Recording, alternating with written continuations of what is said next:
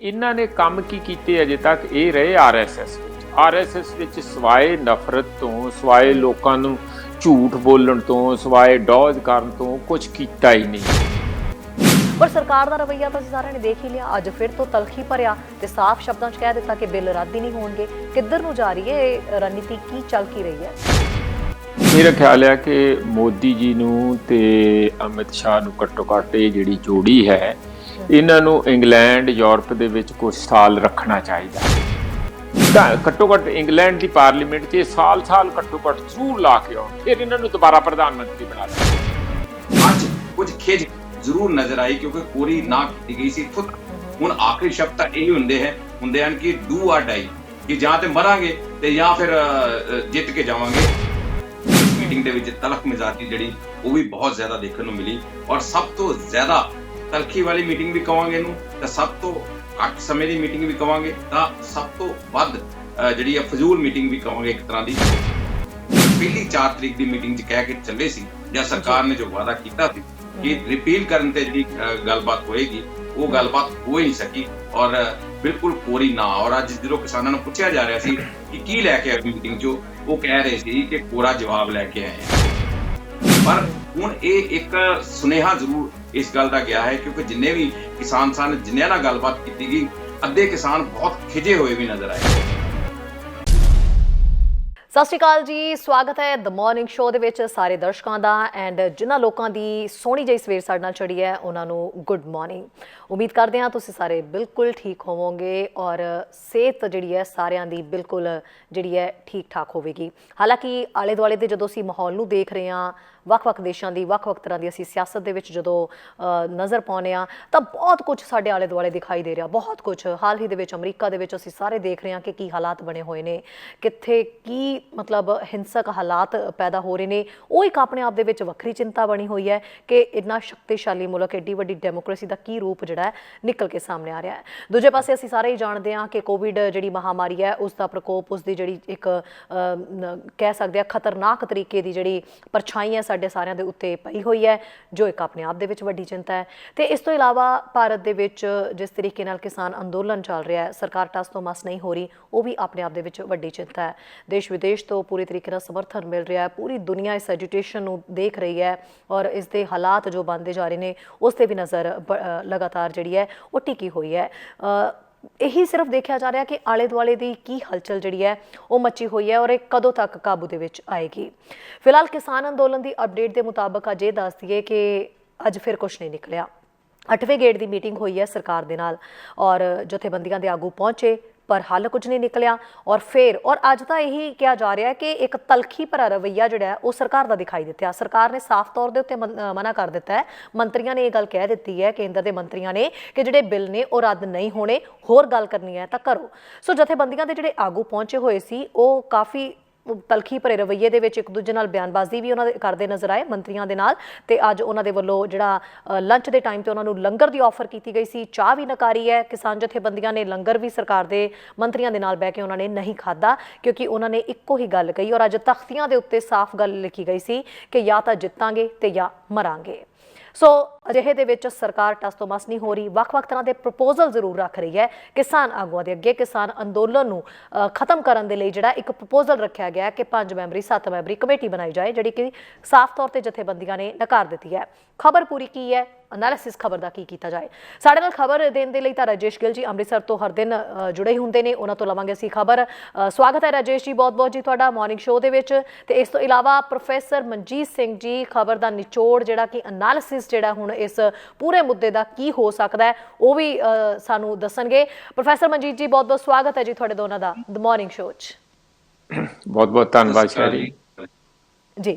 ਰਾਜੇਸ਼ ਜੀ, ਸਭ ਤੋਂ ਪਹਿਲਾਂ ਤਾਂ ਅਸੀਂ ਤੁਹਾਡੇ ਤੋਂ ਜਾਣਾਂਗੇ, being a reporter, being a senior journalist, ਤੁਸੀਂ ਸਾਰੀ ਤਸਵੀਰ ਨੂੰ ਤਕਰੀਬਨ ਦੇਖ ਹੀ ਰਹੇ ਹੋ। ਜਦੋਂ ਅੱਜ ਦੀ 8ਵੇਂ ਗੇੜ ਦੀ ਜਿਹੜੀ ਮੀਟਿੰਗ ਹੈ ਉਹ ਵੀ ਬੇਸਿੱਟਾ ਹੀ ਰਹੀ ਔਰ ਉਤੋਂ ਤਲਖੀ ਭਰੇ ਰਵੱਈਏ ਦੇ ਨਾਲ ਜਿਹੜੀ ਹੈ ਇਹ ਮੀਟਿੰਗ ਦੇਖੀ ਜਾ ਰਹੀ ਹੈ। ਸੋ ਕੀ ਹਲਚਲ ਉਸ ਤੋਂ ਬਾਅਦ ਲੋਕਾਂ ਦੇ ਵਿੱਚ ਦਿਖਾਈ ਦਿੱਤੀ? ਕਿਸਾਨ ਜਥੇਬੰਦੀਆਂ ਦੇ ਵਿੱਚ, ਕਿਸਾਨਾਂ ਦੇ ਵਿੱਚ ਜਿਹੜੀ ਹਲਚਲ ਉਹ ਵੱਖ ਮਚੀ ਹੋਈ ਹੈ। ਪੰਜਾਬ ਦੇ ਵਿੱਚ ਇਸ ਤੋਂ ਇਲਾਵਾ ਕੀ ਹਲਚਲ ਦਿਖਾਈ ਦੇ ਰਹੀ ਹੈ ਇਸ ਮੀਟਿੰਗ ਤੋਂ ਬਾਅਦ?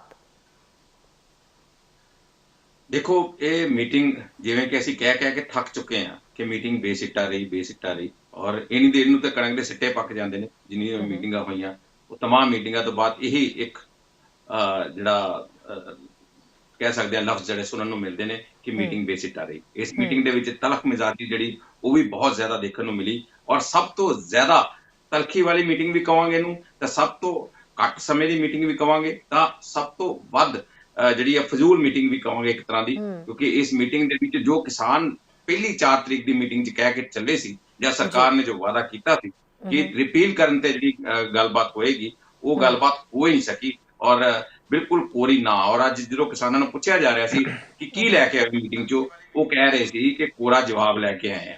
ਸੋ ਇਸ ਤੇ ਜਿਹੜੇ ਤਮਾਮ ਪਹਿਲੂ ਨੇ ਉਹ ਵੱਖਰਾ ਡਿਸਕਸ਼ਨ ਦਾ ਮੁੱਦਾ ਹੈ, ਵੈਸੇ ਸਭ ਸਾਡੇ ਨਾਲ ਬੈਠੇ ਨੇ, ਪਰ ਹੁਣ ਇਹ ਇੱਕ ਸੁਨੇਹਾ ਜ਼ਰੂਰ ਇਸ ਗੱਲ ਦਾ ਗਿਆ ਹੈ ਕਿਉਂਕਿ ਜਿੰਨੇ ਵੀ ਕਿਸਾਨ ਸਨ ਜਿੰਨਿਆਂ ਨਾਲ ਗੱਲਬਾਤ ਕੀਤੀ ਗਈ, ਅੱਧੇ ਕਿਸਾਨ ਬਹੁਤ ਖਿਜੇ ਹੋਏ ਵੀ ਨਜ਼ਰ ਆਏ। ਹਾਲਾਂਕਿ ਉਹ ਪੂਰੀ ਤਰ੍ਹਾਂ ਨਾਲ ਲਾਮਬੰਦ ਨੇ, ਹੁਣ ਤੱਕ ਯੋਜਨਾਬੰਦ ਤਰੀਕੇ ਨਾਲ ਚੱਲ ਰਹੇ ਨੇ ਔਰ ਪੂਰੀ ਵਿਉਂਤਬੰਦੀ ਜਿਹੜੀ ਕੀਤੀ ਗਈ ਹੈ ਉਹਨਾਂ ਲੀਹਾਂ ਤੇ ਹੀ ਚੱਲਦੇ ਨੇ, ਜੋ ਪ੍ਰੋਗਰਾਮ ਲਿਖੇ ਗਏ ਨੇ ਬਿਲਕੁਲ ਉਸੇ ਤਰੀਕੇ ਨਾਲ ਚੱਲਦੇ ਨੇ। ਪਰ ਅੱਜ ਕੁਝ ਖਿਜ ਜ਼ਰੂਰ ਨਜ਼ਰ ਆਈ ਕਿਉਂਕਿ ਕੋਰੀ ਨਾ ਕੀਤੀ ਗਈ ਸੀ। ਇੱਥੋਂ ਤੱਕ ਹੁਣ ਆਖਰੀ ਸ਼ਬਦ ਤਾਂ ਇਹ ਹੁੰਦੇ ਹਨ ਕਿ ਡੂ ਆਰ ਡਾਈ, ਕਿ ਜਾਂ ਤੇ ਮਰਾਂਗੇ ਤੇ ਜਾਂ ਫਿਰ ਜਿੱਤ ਕੇ ਜਾਵਾਂਗੇ। ਆਖਰੀ ਸ਼ਬਦ ਤੱਕ ਦੱਸ ਦਿੱਤੇ ਗਏ ਔਰ ਇੱਥੋਂ ਤੱਕ ਕਹਿ ਦਿੱਤਾ ਗਿਆ ਕਿ ਹੋਰ ਤੁਸੀਂ ਕਿੰਨੀਆਂ ਇੱਕ ਨਰ ਪਿਸ਼ਾਚ ਹੁੰਦਾ ਨਾ, ਨਰ ਪਿਸ਼ਾਚ ਜਿਹੜੀਆਂ ਖੂਨ ਪੀਣ ਵਾਲਾ ਨਰ ਪਿਸ਼ਾਚ ਹੈ, ਇੱਥੋਂ ਤੱਕ ਕਹਿ ਦਿੱਤਾ ਗਿਆ ਸਰਕਾਰ ਨੂੰ ਕਿ ਹੋਰ ਤੁਸੀਂ ਕਿੰਨਿਆਂ ਦਾ ਖੂਨ ਪੀਣਾ ਹੈ, ਕਿੰਨੀਆਂ ਜਾਨਾਂ ਲੈਣੀਆਂ, ਕਿੰਨੀਆਂ ਸ਼ਹਾਦਤਾਂ ਲੈਣੀਆਂ ਕਿ ਤੁਸੀਂ ਮੰਨੋਗੇ। ਇਹ ਤਮਾਮ ਜਿਹੜੀਆਂ ਗੱਲਾਂ ਸੀ ਇਹ ਪੂਰੀ ਤਲਖੀ ਨਾਲ ਹੋਈਆਂ, ਪਰ ਉਸਦੇ ਬਾਵਜੂਦ ਵੀ ਜਿਹੜਾ ਸਿੱਟਾ ਇਹੀ ਹੈ ਕਿ ਬੇਸਿੱਟਾ ਹੈ। ਹੁਣ ਜਿਹੜੀਆਂ ਜਥੇਬੰਦੀਆਂ ਜਿਹੜੀਆਂ ਹਨ ਉਹ ਅਗਲੀ ਰਣਨੀਤੀ ਨੂੰ ਜੋ ਦੱਸ ਰਹੀਆਂ ਹਨ ਉਸਦੇ ਵਿੱਚ ਖਿਜ ਇਹਨਾਂ ਸ਼ਬਦਾਂ ਤੋਂ ਵੀ ਆ ਰਹੀ ਹੈ ਕਿ ਹੁਣ 26 ਤਰੀਕ ਨੂੰ ਜਿਹੜੀ ਹੈ ਉਸਦੀ ਤਿਆਰੀ ਪੂਰੀ ਤਰ੍ਹਾਂ ਨਾਲ ਕੀਤੀ ਜਾਵੇਗੀ, ਤਾਂ ਹੁਣ ਬੈਰੀਕੇਡ ਤੋੜ ਕੇ ਅੰਦਰ ਜਾਵਾਂਗੇ। ਇਹ ਅਲਫਾਜ਼ ਜਿਹੜੇ ਪਹਿਲਾਂ ਥੋੜੇ ਖਿਜੇ ਹੋਏ ਅਲਫਾਜ਼ ਜਿਹੜੇ ਉਹ ਪਹਿਲਾਂ ਕਿਸਾਨਾਂ ਦੇ ਮੂੰਹ ਚੋਂ ਨਹੀਂ ਆਉਂਦੇ ਸੀ, ਪਰ ਅੱਜ ਇਹ ਅਲਫਾਜ਼ ਜਿਹੜੇ ਨਜ਼ਰ ਆ ਰਹੇ ਸੀ ਕਿ ਹੁਣ ਤਾਂ ਬੈਰੀਕੇਡ ਤੋੜ ਕੇ ਅੰਦਰ ਜਾਵਾਂਗੇ, ਸਾਨੂੰ ਗੋਲੀ ਮਾਰ ਦੇਣ, ਸਾਡੇ ਤੇ ਲਾਠੀਆਂ ਮਰਾ ਦੇਣ, ਅਸੀਂ ਬਿਲਕੁਲ ਤਿਆਰ ਹਾਂ। ਔਰ ਕਈ ਤਾਂ ਇੱਥੋਂ ਤੱਕ ਕਹਿ ਰਹੇ ਸੀ ਜਿਵੇਂ ਕਿ ਅਸੀਂ 2024 ਤੱਕ ਇੱਥੇ ਬੈਠਣ ਨੂੰ ਤਿਆਰ ਹਾਂ, ਅਜਿਹੇ ਲਫ਼ਜ਼ ਵੀ ਸਾਹਮਣੇ ਆਏ। ਸੋ ਇਹ ਹੁਣ ਜਿਹੜੀ ਔਰ ਇਸੇ ਦੌਰਾਨ ਜਿਹੜੀ 11 ਤਰੀਕ ਨੂੰ ਸੁਪਰੀਮ ਕੋਰਟ ਦੇ ਵਿੱਚ ਸੁਣਵਾਈ ਵੀ ਹੋਣ ਜਾ ਰਹੀ ਹੈ, ਉਹ ਵੀ ਬੜਾ ਅਹਿਮ ਪਹਿਲੂ ਹੈ। ਔਰ ਕਿਉਂਕਿ ਜੋ ਨਜ਼ਰ ਆ ਰਿਹਾ ਹੈ ਕਿ ਸਰਕਾਰ ਇਸ ਨੂੰ ਕੋਸ਼ਿਸ਼ ਕਰ ਰਹੀ ਹੈ ਕਿ ਇਸ ਨੂੰ ਸੁਪਰੀਮ ਕੋਰਟ ਵਾਲੇ ਪਾਸੇ ਧੱਕ ਦਿੱਤਾ ਜਾਵੇ, ਤਾਂ ਉਸ ਪਾਸੇ ਵੱਲ ਜਿਹੜੀ ਸਾਰੀ ਜ਼ਿੰਮੇਵਾਰੀ ਸੁੱਟ ਦਿੱਤੀ ਜਾਵੇ। ਇਹ ਜਿਹੜੀ ਚੀਜ਼ ਸਾਫ਼ ਨਜ਼ਰ ਜੀ। ਪ੍ਰੋਫੈਸਰ ਮਨਜੀਤ ਜੀ ਸਾਡੇ ਨਾਲ ਜੁੜੇ ਹੋਏ ਨੇ। ਪ੍ਰੋਫੈਸਰ ਮਨਜੀਤ ਜੀ, ਤੁਹਾਡੇ ਤੋਂ ਜਾਣਨਾ ਚਾਹਾਂਗੇ ਕਿ ਸਰਕਾਰ ਦਾ ਜਿਹੜਾ ਰਵੱਈਆ ਹੈ, ਹਾਲਾਂਕਿ ਟਰੈਕਟਰ ਮਾਰਚ ਜਿਹੜਾ ਕੱਲ੍ਹ ਕੱਢਿਆ ਗਿਆ ਸੋ ਲੱਗ ਰਿਹਾ ਸੀ ਉਹ ਟਰੈਕਟਰ ਮਾਰਚ ਤੋਂ ਬਾਅਦ ਇੰਨੀ ਵੱਡੀ ਗਿਣਤੀ ਦੇਖ ਕੇ ਸਰਕਾਰ ਤੇ ਥੋੜਾ ਬਹੁਤ ਦਬਾਅ ਪਏਗਾ। ਕੋਸ਼ਿਸ਼ ਐਜੀਟੇਸ਼ਨ ਜਦੋਂ ਤੋਂ ਸ਼ੁਰੂ ਹੋਇਆ ਉਦੋਂ ਤੋਂ ਕੀਤੀ ਜਾ ਰਹੀ ਹੈ ਸਰਕਾਰ ਦੇ ਉੱਤੇ ਦਬਾਅ ਇਸ ਤਰੀਕੇ ਦਾ ਬਣਾਉਣ ਦੀ ਔਰ ਅਸਰ ਪਾਉਣ ਦੀ ਕਿ ਸਰਕਾਰ ਮੰਨ ਜਾਵੇ, ਪਰ ਸਰਕਾਰ ਦਾ ਰਵੱਈਆ ਤਾਂ ਅਸੀਂ ਸਾਰਿਆਂ ਨੇ ਦੇਖ ਹੀ ਲਿਆ। ਅੱਜ ਫਿਰ ਤੋਂ ਤਲਖੀ ਭਰਿਆ ਤੇ ਸਾਫ਼ ਸ਼ਬਦਾਂ 'ਚ ਕਹਿ ਦਿੱਤਾ ਕਿ ਬਿੱਲ ਰੱਦ ਹੀ ਨਹੀਂ ਹੋਣਗੇ। ਕਿੱਧਰ ਨੂੰ ਜਾ ਰਹੀ ਹੈ ਇਹ ਰਣਨੀਤੀ, ਕੀ ਚੱਲ ਕੀ ਰਹੀ ਹੈ? ਮੇਰਾ ਖਿਆਲ ਹੈ ਕਿ ਮੋਦੀ ਜੀ ਨੂੰ ਤੇ ਅਮਿਤ ਸ਼ਾਹ ਨੂੰ ਘੱਟੋ ਘੱਟ ਇਹ ਜਿਹੜੀ ਜੋੜੀ ਹੈ ਇਹਨਾਂ ਨੂੰ ਇੰਗਲੈਂਡ ਯੂਰਪ ਦੇ ਵਿੱਚ ਕੁਝ ਸਾਲ ਰੱਖਣਾ ਚਾਹੀਦਾ। ਉੱਥੋਂ ਦੀ ਪਾਰਲੀਮੈਂਟ 'ਚ ਬੈਠਣ, ਖਾਸ ਕਰ ਇੰਗਲੈਂਡ ਦੀ, ਕਿਉਂਕਿ ਅਸੀਂ ਉੱਥੋਂ ਹੀ ਇਹ ਸਾਰੀ ਜਿਹੜੀ ਬਿਲਡਿੰਗ ਹੈ ਜਿਹ 'ਚ ਪਾਰਲੀਮੈਂਟ ਬਹਿੰਦੀ ਹੈ ਉਹ ਵੀ ਉਹਨਾਂ ਦੀ ਬਣਾਈ, ਅੰਗਰੇਜ਼ਾਂ ਦੀ ਬਣਾਈ ਆ। ਔਰ ਸਾਡਾ ਸਿਸਟਮ ਵੀ ਜ਼ਿਆਦਾ ਅੰਗਰੇਜ਼ੀ ਬ੍ਰਿਟਿਸ਼ ਸਿਸਟਮ ਅਸੀਂ ਫਾਲੋ ਕਰਦੇ ਹਾਂ, ਅਮਰੀਕਨ ਸਿਸਟਮ ਨਹੀਂ ਕਰਦੇ, ਨਾ ਫ੍ਰੈਂਚ ਕਰਦੇ। ਤਾਂ ਘੱਟੋ ਘੱਟ ਇੰਗਲੈਂਡ ਦੀ ਪਾਰਲੀਮੈਂਟ 'ਚ ਸਾਲ ਘੱਟੋ ਘੱਟ ਜ਼ਰੂਰ ਲਾ ਕੇ ਆਉਣ, ਫਿਰ ਇਹਨਾਂ ਨੂੰ ਦੁਬਾਰਾ ਪ੍ਰਧਾਨ ਮੰਤਰੀ ਬਣਾ ਦਾਂਗੇ। ਕਿਉਂ ਇਹਨਾਂ ਨੇ ਕੰਮ ਕੀ ਕੀਤੇ ਅਜੇ ਤੱਕ? ਇਹ ਰਹੇ ਆਰਐਸਐਸ ਵਿੱਚ ਸਿਵਾਏ ਨਫ਼ਰਤ ਤੋਂ, ਸਿਵਾਏ ਲੋਕਾਂ ਨੂੰ ਝੂਠ ਬੋਲਣ ਤੋਂ, ਸਿਵਾਏ ਡੌਜ ਕਰਨ ਤੋਂ ਕੁਝ ਕੀਤਾ ਹੀ ਨਹੀਂ।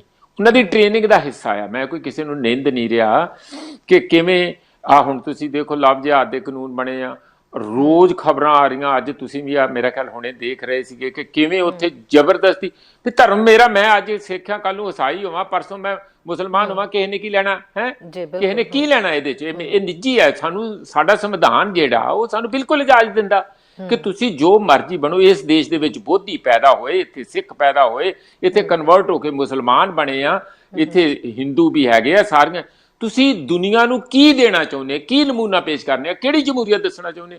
ਤੁਸੀਂ ਬਿਲਕੁਲ ਸਹੀ ਕਿਹਾ ਆਪਣੀ ਇੰਟਰੋ ਦੇ ਵਿੱਚ ਕਿ ਇਹ ਜਿਹੜੀ ਹੌਡੀ ਮੋਦੀ ਉੱਥੇ ਕਰਕੇ ਆਏ ਸੀ, ਜਿਹੜੀ ਟਰੰਪ ਨਾਲ ਜੱਫੀ ਪਾਈ ਸੀ ਔਰ ਇੱਕ ਨਾਲ ਹੱਥ ਫੜ ਕੇ ਲੋਕਾਂ ਚ ਆਉਣ ਜਾਂਦੇ ਸੀ, ਲੰਘਦੇ ਜਿਵੇਂ ਦੋ ਪਹਿਲਵਾਨ ਨਾ ਜਿੱਤ ਕੇ ਝੰਡੀ ਵਾਲੇ ਪਹਿਲਵਾਨ ਹੋਣ ਤੇ ਲੋਕਾਂ ਵਿੱਚ ਆਪਣੀ ਝੰਡੀ ਲੈ ਕੇ ਤੁਰੇ ਫਿਰਦੇ ਹੁਣ, ਇੰਜ ਮੈਂ ਅਜੇ ਵੀ ਮੈਨੂੰ ਐਨ ਸ਼ਕਲ ਦੇ ਸੀਨ ਯਾਦ ਆ ਕਿ ਕਿਵੇਂ ਫਿਰਦੇ ਸੀਗੇ ਉੱਥੇ ਜਦੋਂ ਇਹਨਾਂ ਨੂੰ ਅਮਰੀਕਾ ਦੇ ਵਿੱਚ ਬੁਲਾਇਆ ਗਿਆ। ਉੱਥੇ ਉਹ ਨਾਅਰੇ ਵੀ ਲਾਏ ਉਹਨਾਂ ਦੇ ਕਿ ਅਬ ਕੀ ਵਾਰ ਟਰੰਪ ਸਰਕਾਰ, ਇਹ ਤੇਰਾ ਗੁਜਰਾਤ ਆ ਵੀ ਇੱਥੇ ਤੂੰ ਇਹੋ ਜਿਹੇ ਨਾਅਰੇ ਲਾਈ ਜਾਂਦਾ, ਹੱਦ ਹੋ ਗਈ ਆ। ਇਹ ਸਟੇਟ ਟੂ ਸਟੇਟ ਰਿਲੇਸ਼ਨ ਹੈ, ਕੋਈ ਸਟੇਟਸਮੈਨਸ਼ਿਪ ਨਹੀਂ। ਇੱਥੋਂ ਤੁਸੀਂ ਅੰਦਾਜ਼ਾ ਲਾਓ ਕਿ ਮਾਈਂਡ ਦੀ ਸੈਟਅਪ ਕੀ ਹੈ, ਕਿੰਨਾ ਕੁ ਦਿਮਾਗ ਸਮਝਦਾ, ਕਿੰਨਾ ਕੁ ਦਿਮਾਗ ਖੁੱਲਿਆ, ਕਿੰਨਾ ਕੁ ਦਿਮਾਗ ਡੈਮੋਕ੍ਰੈਟਿਕ ਕਦਰਾਂ ਕੀਮਤਾਂ ਦੇ ਵਿੱਚ ਟ੍ਰੇਨਡ ਹੈਗਾ। ਮੈਂ ਤੇ ਜੇ ਬਾਰ-ਬਾਰ ਇੰਜ ਹੋ ਰਿਹਾ, ਬਿਲਕੁਲ ਜੀ ਰਜੇਸ਼ ਜੀ ਜੋ ਗੱਲ ਕਹਿ ਰਹੇ ਆ, ਸਾਡਾ ਦਿਮਾਗ ਫੇਲ ਹੋ ਗਿਆ ਸੋਚ ਕੇ ਕਿ ਇੰਜ ਕਿਉਂ ਕਰਦੇ ਆ। ਜਾਣੀ ਇੱਕ ਪੱਥਰ ਤੇ ਵੀ ਇੰਨੀ ਵਾਰੀ ਪਾਣੀ ਪਾ ਦੋ ਨਾ, ਉਹਦੇ ਤੇ ਵੀ ਅਸਰ ਹੋ ਜਾਂਦਾ, ਇਹਨਾਂ ਦੇ ਦਿਮਾਗ ਤੇ ਕੋਈ ਅਸਰ ਹੀ ਨਹੀਂ ਹੁੰਦਾ। ਜਿਵੇਂ ਇੱਕ ਪ੍ਰੋਫਿਟ ਮੇਕਿੰਗ ਵਾਲਾ ਬੰਦਾ ਹੁੰਦਾ ਨਾ, ਉਹਦੀਆਂ ਸਾਰੀਆਂ ਅੱਖਾਂ ਬੰਦ ਹੁੰਦੀਆਂ, ਉਹਦੇ ਲਈ ਭਾਵੇਂ ਤੁਸੀਂ ਲਾਸ਼ਾਂ ਦਾ ਵਪਾਰ ਕਰ ਲਓ, ਭਾਵੇਂ ਕਫਨ ਦਾ ਵਪਾਰ ਕਰਾ ਲਓ, ਭਾਵੇਂ ਮਿੱਟੀ ਦਾ ਕਰਾ ਲਓ, ਭਾਵੇਂ ਗੋਹੇ ਦਾ ਵਪਾਰ ਕਰਾ ਲਓ, ਉਹਨੇ ਪ੍ਰੋਫਿਟ ਦੇਖਣਾ, ਉਹਨੇ ਇਹ ਨਹੀਂ ਦੇਖਣਾ ਕਿ ਇਹਦੇ ਚ ਕੀ ਹੈਗਾ, ਵੀ ਇਧਰੋਂ ਖਰੀਦਣਾ ਉਧਰ ਵੇਚਣਾ। ਉਹਨੇ ਕੀ ਹੋ ਰਿਹਾ, ਸਮਾਜ ਨੂੰ ਕੀ ਹੋ ਰਿਹਾ, ਉਹਦੇ ਨਾਲ ਕੀ ਹੋ ਰਿਹਾ, ਇਹਦੇ ਨਾਲ। ਇਹਨਾਂ ਨੂੰ ਸਵਾਏ ਸੱਤਾ ਤੋਂ, ਜਿਸ ਤਰ੍ਹਾਂ ਕਿ ਸੱਤਾ 'ਚ ਕਿਵੇਂ ਆਉਣਾ ਔਰ ਉਹਦਾ ਆਨੰਦ ਕਿਵੇਂ ਮਾਣਨਾ, ਸੱਤਾ 'ਚ ਆ ਕੇ ਫਿਰ ਉਹਨੂੰ ਹੋਰ ਕਿਵੇਂ ਵਧਾਉਣਾ। ਹੁਣ 2024 ਤੋਂ ਕਹਿੰਦੇ ਆ ਕਿ ਅਸੀਂ 30 'ਚ ਜਾਣਾ, 30 ਚੋਂ ਕਹਿੰਦੇ ਫਿਰ ਅਸੀਂ 2050 ਤੱਕ ਜਾਣਾ। ਇਹ ਪਲਾਨਾਂ 24 ਘੰਟੇ ਲੱਗਦੀਆਂ ਔਰ ਇਸੇ ਦੇ ਵਿੱਚ ਹੀ ਇਹਨਾਂ ਦੀ ਟ੍ਰੇਨਿੰਗ ਹੈ, ਦਿਮਾਗ ਦੀ RSS ਵਿੱਚ ਟ੍ਰੇਨਿੰਗ ਹੈ। ਇਸ ਕਰਕੇ ਜੇ ਮੈਨੂੰ ਲੱਗਦਾ ਨਹੀਂ ਹੈ ਕਿ ਇਹ ਬੰਦੇ ਜਿਨ੍ਹਾਂ ਦੇ ਹੱਥ ਇੰਨੀ ਜ਼ਿਆਦਾ ਸੱਤਾ ਫੜਾਈ ਹੋਈ, ਇਹ ਕਿਸੇ ਡੈਮੋਕ੍ਰੈਟਿਕ ਵੈਲਿਊਜ਼ ਦੇ ਉਸ ਨਾਲ ਇੰਸਟੀਟਿਊਸ਼ਨ ਦੇ ਹੀ ਕਾਬਿਲ ਨਹੀਂ ਹੈਗੇ। ਇਹਨਾਂ ਨਾਲ ਤੇ ਕਿਸਾਨ 100 ਦਰਜੇ ਚੰਗੇ ਆ। ਉਹ ਸਾਰਿਆਂ ਨੂੰ ਗਲੇ ਲਾਉਂਦੇ ਆ, ਨੰਗੇ ਤੜੰਗੇ ਨਿਆਣੇ, ਉਹਨਾਂ ਨੂੰ ਕੱਪੜੇ ਦਿੰਦੇ ਆ। ਵਿਚਾਰਿਆਂ ਨੇ ਜਿਹੜੇ ਨਹੀਂ ਨਹਾਤੇ ਉਹਨਾਂ ਨੂੰ ਨਵਾਉਂਦੇ ਵੀ ਹੋਣਗੇ, ਮੈਨੂੰ ਪੱਕਾ ਪਤਾ। ਪਰ ਮੈਂ ਇਹ ਤੇ ਜ਼ਰੂਰ ਦੇਖਦਾ ਉੱਥੇ ਜਿਹੜੇ ਕਿਸਾਨ ਮੋਰਚੇ ਲੱਗੇ ਆ ਕਿ ਆਹ ਬੇਗਮਪੁਰਾ ਹੈ, ਉਹ ਕਦੀ ਖੀਰਾਂ ਖਾਂਦੇ ਆ, ਕਦੀ ਪੇੜੇ ਖਾਂਦੇ ਆ, ਕਦੀ ਲੱਡੂ ਖਾਂਦੇ ਆ, ਜੋ ਉਹਨਾਂ ਦਾ ਮਨ ਆਇਆ ਖਾਂਦੇ ਆ। ਵਿਚਾਰਿਆਂ ਨੂੰ ਰੋਟੀ ਜਿਹਨਾਂ ਨੂੰ, ਤੇ ਸ਼ਾਮ ਨੂੰ ਬੋਤਲਾਂ ਦੇ ਵੱਡੇ ਵੱਡੇ ਬੈਗ ਭਰ ਕੇ ਜਿਹੜੀਆਂ ਪਲਾਸਟਿਕ ਦੀਆਂ ਲੈ ਜਾਂਦੇ ਆ, ਉਹਦੇ ਨਾਲ 4 ਰੁਪਏ ਵੀ ਕਮਾਉਂਦੇ ਆ। ਉੱਥੇ ਦਾ ਤੁਸੀਂ ਉਹ ਦੇਖੋ, ਇਹ ਇਹਨਾਂ ਕਿਸਾਨਾਂ ਦੇ ਵਿੱਚ ਇੱਕ ਅਹਿਸਾਸ ਤੇ ਹੈ ਨਾ ਕਿ ਇਹ ਨਹੀਂ ਕਿ ਤੁਸੀਂ ਕੌਣ ਆਉਂਦੇ ਆ, ਓਏ ਤੁਸੀਂ ਪਹਿਲੀ ਵਾਰੀ ਕੰਬਲ ਲੈ ਗਏ ਹੁਣ ਫੇਰ ਲੈਣ ਆ ਗਿਆ, ਤੂੰ 2 ਕੰਬਲ ਕਿਉਂ ਮੰਗਦਾ। ਜੇ ਕੋਈ 2 ਮੰਗਦਾ ਉਹਨੂੰ 2 ਫੜਾ ਦਿੰਦੇ। ਉਹਨਾਂ ਨੂੰ ਪਤਾ ਕਿ ਇੱਕ ਉੱਥੇ ਜਾ ਕੇ ਦਾਰੂ ਵੀ ਪੀ ਸਕਦਾ ਵੇਚ ਕੇ। ਮੈਂ ਅੱਖੀਂ ਦੇਖੀਆਂ ਗੱਲਾਂ ਦੇਖਦਾ, ਪਰ ਫਿਰ ਵੀ ਨਾ ਨਹੀਂ ਹੈ, ਕੋਈ ਨਹੀਂ, ਜਿਸ ਤਰ੍ਹਾਂ ਹੈ ਚੱਲਣ ਦਿਓ। ਆਪਾਂ ਨੂੰ ਕੋਈ ਬੁਰਾ ਨਾ ਕਵੇ, ਇਹ ਨਾ ਕਵੇ ਕਿ ਤੁਸੀਂ ਗਰੀਬ ਵੇਖ ਕੇ ਕਿਸੇ ਨੂੰ ਮੋੜਤਾ, ਜਾਂ ਤੁਸੀਂ ਨੱਕ ਮੂੰਹ ਬਣਾਇਆ, ਜਾਂ ਤੁਸੀਂ ਕਿਸੇ ਦਾ ਹੱਥ ਨੂੰ ਖਾਲੀ। ਇਹ ਵੈਲਿਊ ਇੱਥੇ ਹੀ ਬਹਿ ਜੇ ਨਹੀਂ ਇੰਗਲੈਂਡ ਜਾਣਾ ਨਾ, ਤੇ ਮੋਦੀ ਜੀ ਨੂੰ 7 ਦਿਨ ਉੱਥੇ ਕੈਂਪ 'ਚ ਬਿਠਾ ਦਿਓ, ਅਸੀਂ ਪ੍ਰੋਟੈਕਸ਼ਨ ਦਿੰਦੇ ਆ।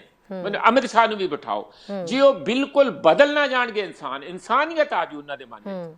ਕਿਸਾਨਾਂ ਤੋਂ ਸਿੱਖ ਲਓ ਕੁਝ, ਜੇ ਨਹੀਂ ਕੁਝ ਦੇਣਾ ਉਹਨਾਂ ਨੂੰ। ਪ੍ਰੋਫੈਸਰ ਸਾਹਿਬ ਜੀ ਬਿਲਕੁਲ, ਬਸ ਮੇਰਾ ਇੰਨਾ ਹੀ ਕਹਿਣਾ ਹੈ। ਤੁਹਾਡੀ ਗੱਲ ਸੌਰੀ ਵਿੱਚੋਂ ਮੈਂ ਗੱਲ ਕਨਕਲੂਡ ਕਰਦੇ ਹਾਂ, ਇੰਨਾ ਹੀ ਮੇਰਾ ਕਹਿਣਾ ਆ ਕਿ ਜੇ ਕੁਝ ਬਾਰ-ਬਾਰ ਬੇਸਿੱਟਾ ਰਹਿ ਰਹੀ ਹੈ, ਜਿਹੜੀ ਰਜੇਸ਼ ਜੀ ਗੱਲ ਕਹਿ ਰਹੇ ਆ, ਕਿਉਂਕਿ ਉਹਨਾਂ ਦੇ ਅੰਦਰ ਅਹਿਸਾਸ ਨਹੀਂ ਹੈ, ਨਾ ਕਨਸਟੀਟਿਊਸ਼ਨ ਦਾ ਕੋਈ ਉਹਨਾਂ ਨੂੰ ਪਰਵਾਹ ਆ, ਨਾ ਕੋਈ ਮਾਨਵਵਾਦੀ ਅਹਿਸਾਸ ਹੈਗੇ ਆ। ਸਿਰਫ ਤੇ ਸਿਰਫ ਸੱਤਾ ਦੀ ਫਿਰਕੀ ਘੁੰਮੀ ਜਾਂਦੀ ਆ, ਉਹਦੇ ਲਈ ਝੂਠ ਸੱਚ ਫਰੇਬ, ਜੋ ਨਫ਼ਰਤ, ਜਾਤ ਪਾਤ, ਜੋ ਮਰਜ਼ੀ ਕਰੀ ਜਾਂਦੇ। ਦਿਨ ਰਾਤ ਇੱਕੋ ਹੀ ਪਲੈਨਿੰਗ ਚੱਲਦੀ ਆ, ਦੇਸ਼ ਦਾ ਕਿੱਧਰ ਨੂੰ ਭਵਿੱਖ ਜਾਣਾ, ਕਿਸਾਨਾਂ ਨੇ ਕਿੱਥੇ ਜਾਣਾ, ਕਿੰਨੇ ਸ਼ਹੀਦ ਹੋ ਗਏ ਆ, ਕਿੰਨੇ ਕੀ ਬਣੂ ਦੇਸ਼ ਦਾ। -7.7 GDP ਆ, ਮਾਈਨਸ ਸਾਡੀ ਅੱਜ ਇਸ ਸਾਲ ਦੇ ਵਿੱਚ ਜਿਹੜੀ ਰਹਿਣ ਦੀ ਪ੍ਰੈਡਿਕਸ਼ਨ ਹੋਈ ਹੈ। ਆਉਣ ਵਾਲੇ ਸਮੇਂ 'ਚ ਕੀ ਬਣੂ ਜੇ ਕਿਸਾਨੀ ਤਬਾਹ ਹੋ ਗਈ? ਕੁਛ ਨਹੀਂ, ਨਾ ਅਕਲ ਤੇ ਪਲੈਨਿੰਗ। ਇੱਕੋ ਕੰਮ ਦੀ ਇੰਨੀ ਸ਼ਾਰਪ ਅਕਲ ਹੈਗੀ ਆ ਕਿ ਸੱਤਾ 'ਚ ਕਿਵੇਂ ਰਹਿਣਾ ਤੇ ਹੋਰ ਸੱਤਾ ਤੋਂ ਸੱਤਾ ਕਿਵੇਂ ਹੋਰ ਬਣਾਉਣੀ ਆ, ਇਹਦੇ ਤੇ ਸੱਤੇ ਦਾ ਸੱਤਾ ਉਹਨਾਂ ਦਾ ਵੱਜੀ ਜਾਂਦਾ ਜੀ। ਪ੍ਰੋਫੈਸਰ ਮਨਜੀਤ ਜੀ, ਜਿਵੇਂ ਕਿ ਮੈਂ ਤੁਹਾਡੀ ਗੱਲ ਸੁਣ ਰਹੀ ਸੀਗੀ, ਤੁਸੀਂ ਸਾਫ਼ ਤੌਰ ਤੇ ਦੱਸ ਰਹੇ ਸੀਗੇ ਵੀ ਡੋਨਲਡ ਟਰੰਪ ਨੂੰ ਜਿਸ ਤਰੀਕੇ ਨਾਲ ਸਮਰਥਨ ਦਿੰਦੇ ਸੀ ਨਰਿੰਦਰ ਮੋਦੀ, ਤੇ ਕਿਵੇਂ ਉੱਥੇ ਜਾ ਕੇ ਨਾਅਰੇ ਮਾਰਦੇ ਸੀਗੇ। ਚਲੋ ਮੰਨ ਲਓ ਵੀ ਜੇ ਇੰਸਪੀਰੇਸ਼ਨ ਬੰਦੇ ਨੇ ਕਿਸੇ ਤੋਂ ਲੈਣੀ ਹੁੰਦੀ ਹੈ, ਤੇ ਜੇ ਮੋਦੀ ਸਾਹਿਬ ਨੂੰ ਇੰਸਪੀਰੇਸ਼ਨ ਹੈ ਡੋਨਲਡ ਟਰੰਪ ਦੀ, ਤਾਂ ਡੋਨਲਡ ਟਰੰਪ ਦੇ ਹਾਲਾਤ ਵੀ ਤਾਂ ਉਹ ਦੇਖ ਹੀ ਰਹੇ ਨੇ। ਸਿਆਹ ਮੂਲ ਦੇ ਲੋਕਾਂ ਦੇ ਨਾਲ ਅਮਰੀਕਾ ਦੇ ਵਿੱਚ ਧੱਕਾ ਹੋਇਆ, ਕੀ ਹਾਲਾਤ ਬਣੇ ਅਮਰੀਕਾ ਦੇ, ਅਸੀਂ ਸਾਰਿਆਂ ਨੇ ਦੇਖੇ, ਪਿਛਲੇ ਸਾਲ ਦੀ ਗੱਲ ਹੈ। ਔਰ ਇੱਕ ਤਬਕੇ ਦੇ ਨਾਲ ਨਹੀਂ, ਜਦੋਂ ਕਈ ਤਬਕਿਆਂ ਦੇ ਨਾਲ ਅਜਿਹਾ ਹੋ ਰਿਹਾ ਸੀ, ਪਰ ਸਿਆਹ ਮੂਲ ਦੇ ਤਬਕੇ ਦਾ ਤਾਂ ਸਾਡੇ ਕੋਲ ਇੱਕ ਲੇਟੈਸਟ, ਜਿਹਨੂੰ ਕਹਿ ਸਕਦੇ ਹਾਂ ਅਪਡੇਟ ਹੈ, ਇੱਕ ਹਾਲ ਹੀ ਦੇ ਵਿੱਚ ਵਾਪਰੀ ਉਹ ਘਟਨਾ ਹੈ ਜਿਹਨੂੰ ਅਸੀਂ ਸਾਰੇ ਜਾਣਦੇ ਹਾਂ। ਅਜਿਹੇ ਦੇ ਵਿੱਚ ਉਹ ਧੱਕਾ ਅਜਿਹਾ ਹੋਇਆ ਇੱਕ ਵਰਗ ਦੇ ਲੋਕਾਂ ਦੇ ਨਾਲ ਕਿ ਸਰਕਾਰ ਬਦਲ ਗਈ, ਟਰੰਪ ਸਰਕਾਰ ਡਿੱਗ ਗਈ, ਤੇ ਜੇ ਟਰੰਪ ਦੇ ਹਾਲਾਤ ਇਹ ਬਣੇ ਨੇ ਤਾਂ ਕਿਤੇ ਨਾ ਕਿਤੇ ਨਰਿੰਦਰ ਮੋਦੀ ਨੂੰ ਇਹ ਗੱਲ ਸਮਝ ਕਿਉਂ ਨਹੀਂ ਆ ਰਹੀ ਕਿ ਵੀ ਜਦੋਂ ਕਿਸੇ ਵਰਗ ਦੇ ਨਾਲ ਧੱਕਾ ਕੀਤਾ ਜਾਂਦਾ ਹੈ ਤੇ ਸਰਕਾਰਾਂ ਬਦਲ ਜਾਂਦੀਆਂ ਨੇ, ਤੇ ਹਾਲ ਕੀ ਹੁੰਦਾ ਹੈ ਕਿ ਇਹ ਨਹੀਂ ਉਹ ਸਿੱਖ ਰਹੇ ਜੋ ਟਰੰਪ ਤੋਂ ਇੰਸਪੀਰੇਸ਼ਨ ਲੈਂਦੇ ਨੇ, ਤਾਂ ਇਹ ਉਹਨਾਂ ਨੂੰ ਦਿਖਾਈ ਨਹੀਂ ਦੇ ਰਿਹਾ। ਸ਼ਹਿਰੀ ਮੇਰਾ ਹੋਰ ਕੀ ਕਹਿਣਾ ਆ, ਇਹਨਾਂ ਦੇ ਦਿਮਾਗ ਦੀ ਖਿੜਕੀਆਂ ਖੁੱਲੀਆਂ ਹੀ ਨਹੀਂ। ਮੈਨੂੰ ਤਾਂ ਲੱਗਦਾ ਜਿਹੜੀਆਂ ਸੀਗੀਆਂ ਬਚਪਨ ਚ ਰੱਬ ਨੇ ਦਿੱਤੀਆਂ ਹੋਣੀਆਂ ਉਹ ਬੰਦ ਕਰਤੀਆਂ, ਤੋ ਤਾਂ ਹੀ ਤੇ ਟ੍ਰੇਨਿੰਗ ਦੇ ਨਾਲ ਉਹ ਖਿੜਕੀਆਂ ਜਿੰਨੀਆਂ ਕੁ ਵੀ ਰੱਬ ਨੇ ਦਿੱਤੀਆਂ ਸੀ ਉਹ ਵੀ ਬੰਦ ਕਰ ਲਈਆਂ। ਉਹ ਨਾ ਤੇ ਕੁਝ ਅੱਖਾਂ ਨਾਲ ਸਿੱਧੇ ਤੌਰ ਤੇ ਦੇਖਦੇ, ਜੋ ਤੁਸੀਂ ਦੇਖਦੇ ਆ, ਜੋ ਮੈਂ ਦੇਖਦਾ, ਜੋ ਰਜੇਸ਼ ਜੀ ਦੇਖਦੇ, ਜੋ ਦੁਨੀਆ ਦੇਖ ਰਹੀ, ਜੋ ਕਿਸਾਨ ਦੇਖ ਰਹੇ ਆ, ਜੋ ਗਰੀਬ ਦੇਖ ਰਹੇ, ਇਹਨਾਂ ਨੂੰ ਨਹੀਂ ਦਿਖਦਾ ਹੈਗਾ ਕਿਉਂਕਿ ਇਹਨਾਂ ਦੀਆਂ ਅੱਖਾਂ ਤੇ ਪੱਟੀ ਬੰਨ ਦਿੰਦੇ ਆ। ਉਹ ਕਹਿੰਦੇ ਕਿ ਤੁਸੀਂ ਇਸ ਤਰ੍ਹਾਂ ਦੇਖਣਾ, ਇੰਨਾ ਹੀ ਦੇਖਣਾ, ਜਿਵੇਂ ਘੋੜੇ ਨੂੰ ਬਲਿੰਕਰ ਪਾਏ ਹੁੰਦੇ ਆ ਕਿ ਸਿੱਧਾ ਸਿੱਧਾ ਦੇਖਣਾ ਤਾਂ ਹੀ ਉਹ ਕੰਮ ਦਿੰਦਾ, ਨਹੀਂ ਤੇ ਭੱਜ ਲੈਂਦਾ। ਇਹੀ ਇਹਨਾਂ ਦੀ ਹਾਲਤ ਆ, ਜਿਹੜੇ ਬਿਲਕੁਲ ਇੱਕ ਮਾਈਂਡ ਨੂੰ ਬੰਦ ਕਰਕੇ ਅੱਖਾਂ ਨੂੰ ਉਹਨਾਂ ਕੀ ਦੇਖਣਾ ਜਿੰਨੀ ਕੋ ਲੋੜ ਸਮਝਦੇ, ਬਾਕੀ ਤੈਨੂੰ ਦੇਖਦੇ ਹੀ ਨਹੀਂ। ਨਹੀਂ ਤੇ ਕਿਵੇਂ ਹੋ ਸਕਦਾ? ਤੁਸੀਂ ਮੈਨੂੰ ਦੱਸੋ ਕਿ ਲੱਖਾਂ ਦੀ ਗਿਣਤੀ 'ਚ 1.5 ਮਹੀਨੇ ਤੋਂ ਇੰਨੀ ਠੰਡ ਦੇ ਵਿੱਚ ਤੁਹਾਡੇ ਬਰੂਹਾਂ ਦੇ ਸਾਹਮਣੇ ਬੰਦੇ ਬੈਠੇ ਆ, ਕੋਈ ਦੂਰ ਨਹੀਂ ਬੈਠੇ, ਔਰ ਪ੍ਰਧਾਨ ਮੰਤਰੀ ਹੋਵੇ ਤੇ ਉਹ ਆ ਕੇ ਉਹਨਾਂ ਦਾ ਹਾਲ ਨਾ ਪੁੱਛੇ, ਉਹ ਰਿਜ਼ਾਈਨ ਦੇ ਦੇਵੇ। ਕੋਈ ਵੀ ਦੇਸ਼ ਦਾ ਪ੍ਰਧਾਨ ਮੰਤਰੀ ਹੋਊਗਾ ਨਾ, ਹੋਰ ਕਿਸੇ ਯੂਰਪੀਅਨ ਜਾਂ ਤੁਹਾਡੇ ਅਮਰੀਕਾ ਕੈਨੇਡਾ ਦਾ ਹੋਊਗਾ, ਉਹਨੇ ਰਿਜ਼ਾਈਨ ਦੇ ਦੇਣਾ ਸੀ, ਕਹਿਣਾ ਸੀ ਜਾਂ ਤੇ ਦੇਖੋ ਭਈ ਮੈਂ ਤੁਹਾਡੇ ਕੋਲ, ਮੈਨੂੰ ਆਉਣ ਦਿਓ, ਮੈਨੂੰ ਤੁਹਾਡੇ ਤੋਂ ਡਰ ਲੱਗਦਾ, ਮੈਨੂੰ ਲੈ ਕੇ ਜਾਓ, ਮੈਂ ਤੁਹਾਡੇ ਨਾਲ ਗੱਲ ਕਰਨੀ ਚਾਹੁੰਦਾ, ਮੈਂ ਤੁਹਾਨੂੰ ਮਿਲਣਾ ਚਾਹੁੰਦਾ, ਤੁਹਾਡੀ ਤਕਲੀਫ ਮੇਰੀ ਤਕਲੀਫ ਆ। ਇਹ ਡੈਮੋਕ੍ਰੇਸੀ ਦੀਆਂ ਬੇਸਿਕ ਮੂਲ ਧਾਰਾਵਾਂ, ਕਦਰਾਂ, ਕੀਮਤਾਂ ਆ, ਸਭ ਸਿੱਕੇ ਟੰਗ ਦਿੱਤਾ। ਕੋਈ ਜਾਣੀ ਕਿਸੇ ਕਿਸਮ ਦੇ ਮਨ 'ਚ ਰਹਿਮ ਨਹੀਂ। ਮੈਂ ਤਾਂ ਕਹਿੰਦਾ 56 ਇੰਚ ਦੇ ਥੱਲੇ ਦੇਖ ਲਓ ਕਿ ਦਿਲ ਵੀ ਹੈ, ਜਾਂ ਜੇ ਹੈ ਤੇ ਪੱਥਰ ਦਾ ਹੋਊਗਾ, ਇੱਕ ਇਨਸਾਨ ਦਾ ਦਿਲ ਨਹੀਂ ਹੋਊਗਾ ਜੀ। ਕਿਸ ਤਰੀਕੇ ਨਾਲ ਇਹ ਹੋ ਸਕਦਾ ਕਿ ਇੰਨੇ ਬੰਦੇ, ਜਿਹੜੇ 60 ਤੋਂ ਉੱਪਰ ਬੰਦੇ ਉੱਥੇ ਸ਼ਹੀਦ ਹੋ ਜਾਣ, ਜਿਸ 'ਚ ਨੌਜਵਾਨ ਵੀ ਆ, ਕਈਆਂ ਮਾਵਾਂ ਦਾ ਕੱਲਾ ਪੁੱਤ ਵੀ ਹੈਗਾ, ਉਹ ਤੇ ਇੱਕ ਵੀ ਭਗਤ ਸਿੰਘ ਸਾਡੇ ਸ਼ਹੀਦ ਹੋਏ ਸੀਗੇ ਤੇ ਸਾਰੇ ਦੇਸ਼ ਦੇ ਵਿੱਚ ਇੱਕ ਮੂਵਮੈਂਟ ਪੈਲ। ਇਹ ਇਹਨਾਂ ਨੂੰ ਸਮਝ ਧਰਾਤਲ ਦੇ ਉੱਤੇ ਕੀ ਹੋ ਰਿਹਾ। ਅੱਜ ਜੇ ਵੋਟਾਂ ਸ਼ਹਿਰੀ ਪੈ ਜਾਣ, ਮੈਂ ਆਖਰੀ ਗੱਲ ਕਹਿਣੀ ਚਾਹੁੰਦਾ, ਅੱਜ ਵੋਟਾਂ ਪੈ ਜਾਣ, ਜੇ 5% ਤੋਂ ਵੱਧ ਮੋਦੀ ਨੂੰ ਵੋਟਾਂ ਪੈ ਜਾਣਗੀਆਂ, ਜਿਹੜੇ ਮੋਦੀ ਇੱਥੇ ਕਰਦੇ ਫਿਰਦੇ ਆ ਨਾ, ਤੇ ਤੁਸੀਂ ਮੈਨੂੰ ਕਹਿ ਦੇਣਾ, ਮੈਂ ਇਸੇ ਟੀਵੀ ਤੇ ਮਾਫੀ ਮੰਗ ਲੂੰਗਾ। ਇਹ ਹਾਲਾਤ ਦੇਸ਼ ਦੀ ਬਣਾਤੀ ਆ ਇਹਨਾਂ ਨੇ, ਪਰ ਇਹ ਸਮਝਣਾ ਨਹੀਂ ਚਾਹੁੰਦੇ। ਇਹਨਾਂ ਨੂੰ ਇਹ ਲੱਗਦਾ ਕਿ ਦੁਬਾਰਾ ਅਸੀਂ 2024 ਚ ਕੋਈ ਨਵੀਂ ਛੁਰਲੀ ਛੱਡਾਂਗੇ, ਜਾਂ ਚੀਨ ਨਾਲ ਛੱਡ ਲਾਂਗੇ, ਜਾਂ ਪਾਕਿਸਤਾਨ ਨਾਲ ਛੱਡ ਲਾਂਗੇ, ਜਾਂ ਕੋਈ ਘਰੇ ਕੋਈ ਕਿਤੇ ਅੱਗ ਲਵਾ ਦਾਂਗੇ ਤੇ ਫਿਰ ਅਸੀਂ ਸੱਤਾ 'ਚ ਆ ਜਾਾਂਗੇ। ਇਹਦੇ 'ਚ ਟ੍ਰੇਨਡ ਆ ਪੂਰੇ ਉਹ, ਇਹਦੇ 'ਚ ਉਹਨਾਂ ਕੋਲ ਪੈਸਾ ਵੀ ਬਹੁਤ ਆ, ਇਸ ਤਰੀਕੇ ਨਾਲ ਕਰ ਵੀ ਸਕਦੇ। ਮੈਂ ਨਹੀਂ ਇਸ ਗੱਲ ਦੀ ਨਾ ਕਰਦਾ, ਪਰ ਅੱਜ ਦੀ ਤਰੀਕ ਦੇ ਵਿੱਚ ਜੋ ਹੋ ਰਿਹਾ, ਜੋ ਸਾਰਿਆਂ ਦੇ ਸਾਹਮਣੇ ਹੋ ਰਿਹਾ, ਉਹ ਘੱਟੋ ਘੱਟ ਦੇ ਦੁਨੀਆ ਦੀ ਸਭ ਤੋਂ ਵੱਡਾ ਜਿਹਨੂੰ ਲੋਕਤੰਤਰ ਕਹਿੰਦੇ ਆ, ਉਹਦੇ ਅਨੁਕੂਲ ਤੇ ਬਿਲਕੁਲ ਹੀ ਨਾ ਸੰਵਿਧਾਨ ਤਾਂ ਅਨੁਕੂਲ ਹੈਗਾ, ਨਾ ਸਾਡੀਆਂ ਰੀਤੀ ਰਿਵਾਜਾਂ ਤੇ ਸਾਡੇ ਸਮਾਜ ਦੇ ਅਨੁਸਾਰ ਕਿਸੇ ਵੀ ਤਰੀਕੇ ਨਾਲ ਉਹਨੂੰ ਸ਼ੋਭਾ ਦੇ ਰਿਹਾ। ਜੀ ਰਾਜੇਸ਼ ਜੀ, ਕੀ ਕਹਿਣਾ ਚਾਹੋਗੇ? ਪ੍ਰੋਫੈਸਰ ਮਨਜੀਤ ਸਿੰਘ ਨੇ ਜਿਸ ਤਰੀਕੇ ਨਾਲ ਕਿਹਾ ਵੀ 5% ਲੋਕਾਂ ਦੀ ਵੋਟ ਪੈਣੀ ਹੈ, ਤੇ ਕੀ ਲੱਗਦਾ ਜਦੋਂ ਤੁਸੀਂ ਇਹਨਾਂ ਦਿਨਾਂ ਦੇ ਵਿੱਚ ਰਿਪੋਰਟਿੰਗ ਕਰਦੇ ਹੋ, ਲੋਕਾਂ ਦੇ ਨਾਲ ਗੱਲਬਾਤ ਕਰ ਰਹੇ ਹੋ, ਤਾਂ ਲੋਕਾਂ ਦਾ ਮੂਡ ਕੀ ਕਹਿ ਰਿਹਾ? ਤੁਹਾਨੂੰ ਕਿੰਨੇ % ਨਜ਼ਰ ਆਉਂਦਾ ਹੈ ਹੁਣ ਬੀਜੇਪੀ ਦੇ ਹੱਕ ਦੇ ਵਿੱਚ? ਦੇਖੋ, ਮੈਂ ਤੇ ਕਹਾਂਗਾ ਕਿ ਜਿਹਦੇ ਪ੍ਰਧਾਨ ਮੰਤਰੀ ਨੂੰ ਥੋੜੀ ਜਿਹੀ ਅਕਲ ਹੋਵੇ ਤਾਂ ਉਹ ਆਪਣੇ ਆਪ ਨੂੰ ਵੱਡ ਭਾਗਾ ਸਮਝੇ ਕਿ ਉਹਨਾਂ ਨੂੰ ਅਜਿਹੇ ਕਿਸਾਨ ਮਿਲੇ ਨੇ ਜਿਹੜੇ ਕਿ ਬੜੇ ਪੀਸਫੁਲ ਢੰਗ ਨਾਲ ਇੰਨੇ ਲੰਮੇ ਸਮੇਂ ਤੋਂ ਪ੍ਰਦਰਸ਼ਨ ਕਰ ਰਹੇ ਨੇ, ਆਪਣਾ ਅੰਦੋਲਨ ਕਰ ਰਹੇ ਨੇ। ਅਮਰੀਕਾ ਦੇ ਵਿੱਚ ਜਿਹੜਾ ਕੈਪੀਟਲ ਤੇ ਹਮਲਾ ਹੋਇਆ, ਜਿਹੜਾ ਉਹ ਅਸੀਂ ਸਾਰਿਆਂ ਨੇ ਵੇਖਿਆ, ਔਰ ਉਹਦੇ ਵਿੱਚ ਦੇਖੋ ਅਮਰੀਕਾ ਦੇ ਵਿੱਚ ਜੋ ਹੋ ਰਿਹਾ ਸੀ ਔਰ ਇੱਧਰ ਆਪਣੇ ਭਾਰਤ ਦੇ ਵਿੱਚ ਜੋ ਹੋ ਰਿਹਾ ਸੀ, ਉਸਨੂੰ ਸਾਰੀ ਦੁਨੀਆ ਤੁਲਨਾ ਕਰ ਰਹੀ ਹੈ ਇਸ ਵੇਲੇ ਕਿ ਇੱਧਰ ਕੀ ਹਾਲਾਤ ਨੇ, ਉੱਧਰ ਕੀ ਹਾਲਾਤ ਨੇ, ਉੱਧਰ ਦਾ ਭੀੜ ਤੰਤਰ ਕਿੱਦਾਂ ਦਾ, ਇੱਧਰ ਦਾ ਭੀੜ ਤੰਤਰ ਕਿੱਦਾਂ ਦਾ। ਹਾਲਾਂਕਿ ਇੱਧਰ ਵੀ ਉਦਾਂ ਦਾ ਭੀੜ ਤੰਤਰ ਜ਼ਰੂਰ ਹੈਗਾ, ਜਿਹੜੀ ਭੀੜ ਇਕੱਠੀ ਹੋ ਕੇ ਬੜੀਆਂ ਵਾਰਦਾਤਾਂ ਉਹਨਾਂ ਨੇ ਪੂਰੇ ਦੇਸ਼ ਦੇ ਵਿੱਚ ਅਸੀਂ ਦੇਖੀਆਂ ਕਿ ਭੀੜ ਇਕੱਠੀ ਹੋ ਕੇ ਜਾਂਦੀ ਹੈ, ਕਿਵੇਂ ਕੁੱਟਮਾਰ ਕਰਦੀ ਹੈ, ਕਿਵੇਂ ਗੁੰਡਾਗਰਦੀ ਕਰਦੀ ਹੈ, ਉਹ ਅਸੀਂ ਇੱਧਰ ਵੀ ਵੇਖੀਆਂ।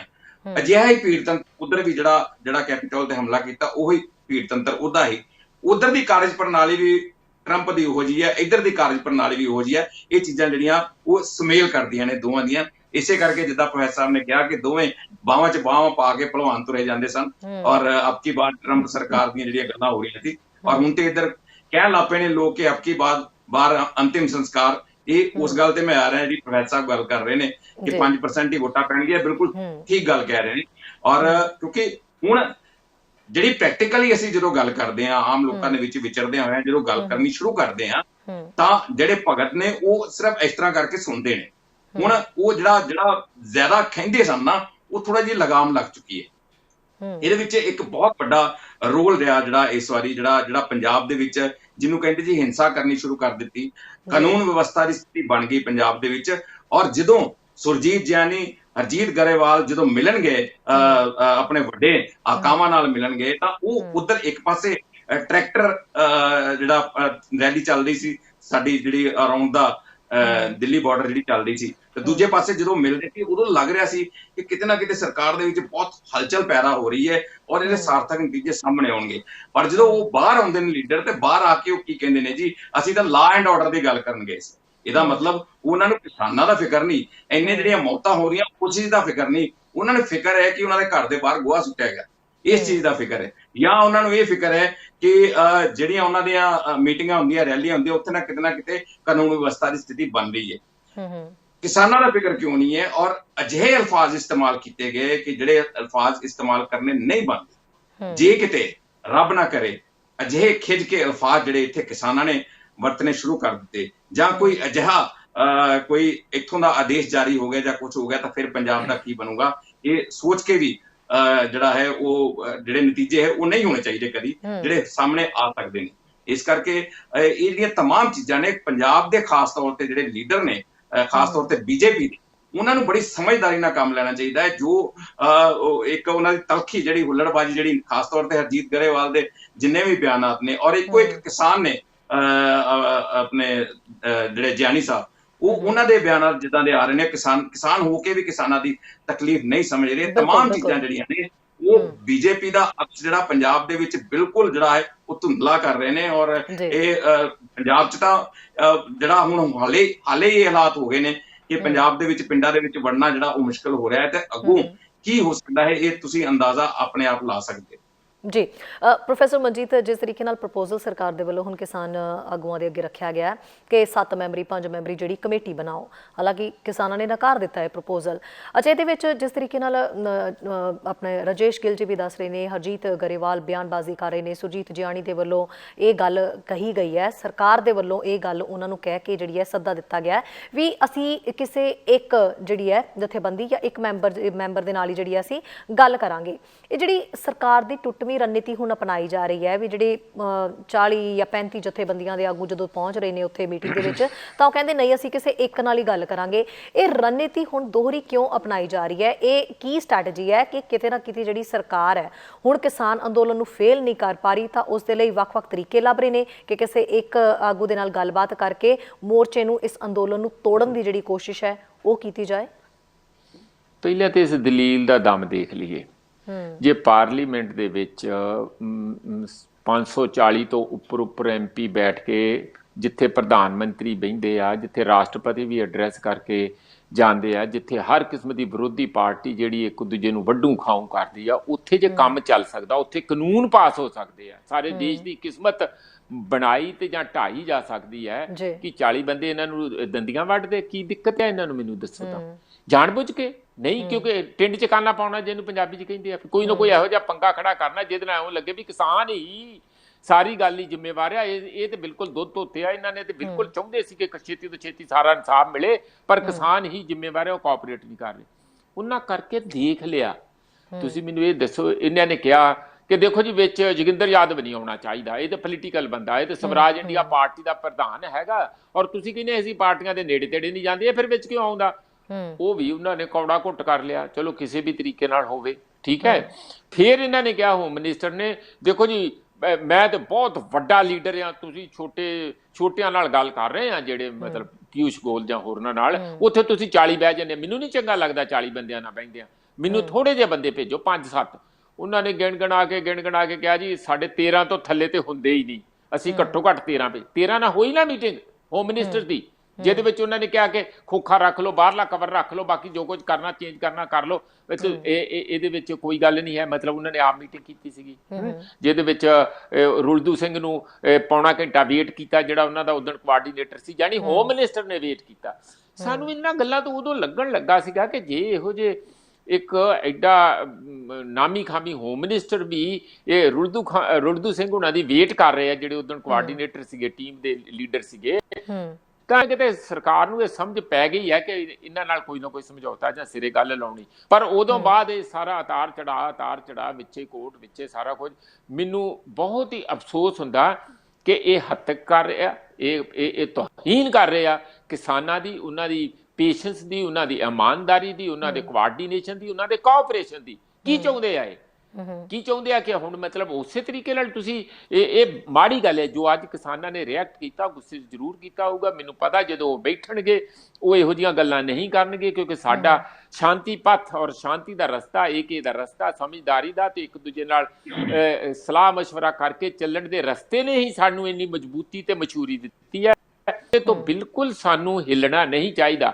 ਨੌਜਵਾਨ ਕਈ ਵਾਰੀ ਜਿਹੜੇ ਸਾਡੇ ਆ ਉਹ ਜ਼ਰੂਰ ਉੱਥੇ ਇਸ ਗੱਲ ਲਈ ਕਾਲੇ ਪੈ ਜਾਂਦੇ ਆ ਕਿ ਹੁਣ ਇੱਥੇ ਕਿੰਨੀ ਕੁ ਦੇਰ ਬੈਠੇ ਰਹਿਣਾ, ਇੱਥੇ ਲੰਗਰ ਖਾ ਲਿਆ, ਹੁਣ ਕੁਛ ਕਰੀਏ, ਹੁਣ ਅਸੀਂ ਅੱਗੇ ਜਾਈਏ।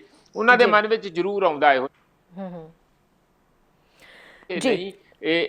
ਹਾਂਜੀ ਹਾਂਜੀ, ਮੈਨੂੰ ਇਹ ਲੱਗਦਾ ਆ ਕਿ ਨਹੀਂ, ਜਦ ਤੱਕ ਕਲੈਕਟਿਵ ਲੀਡਰਸ਼ਿਪ ਕਿਹੋ ਜਿਹਾ, ਦੇਖੋ ਲੀਡਰਸ਼ਿਪ ਕਲੈਕਟਿਵ ਵੀ ਕਈ ਵਾਰੀ ਕੋਈ ਗਲਤੀਆਂ ਵੀ ਕਰ ਸਕਦੀ, ਕੋਈ ਕਮੀ ਪੇਸ਼ੀ ਹੋਵੇ ਤੇ ਹੋਵੇ, 100 ਵਾਰੀ ਹੋਵੇ।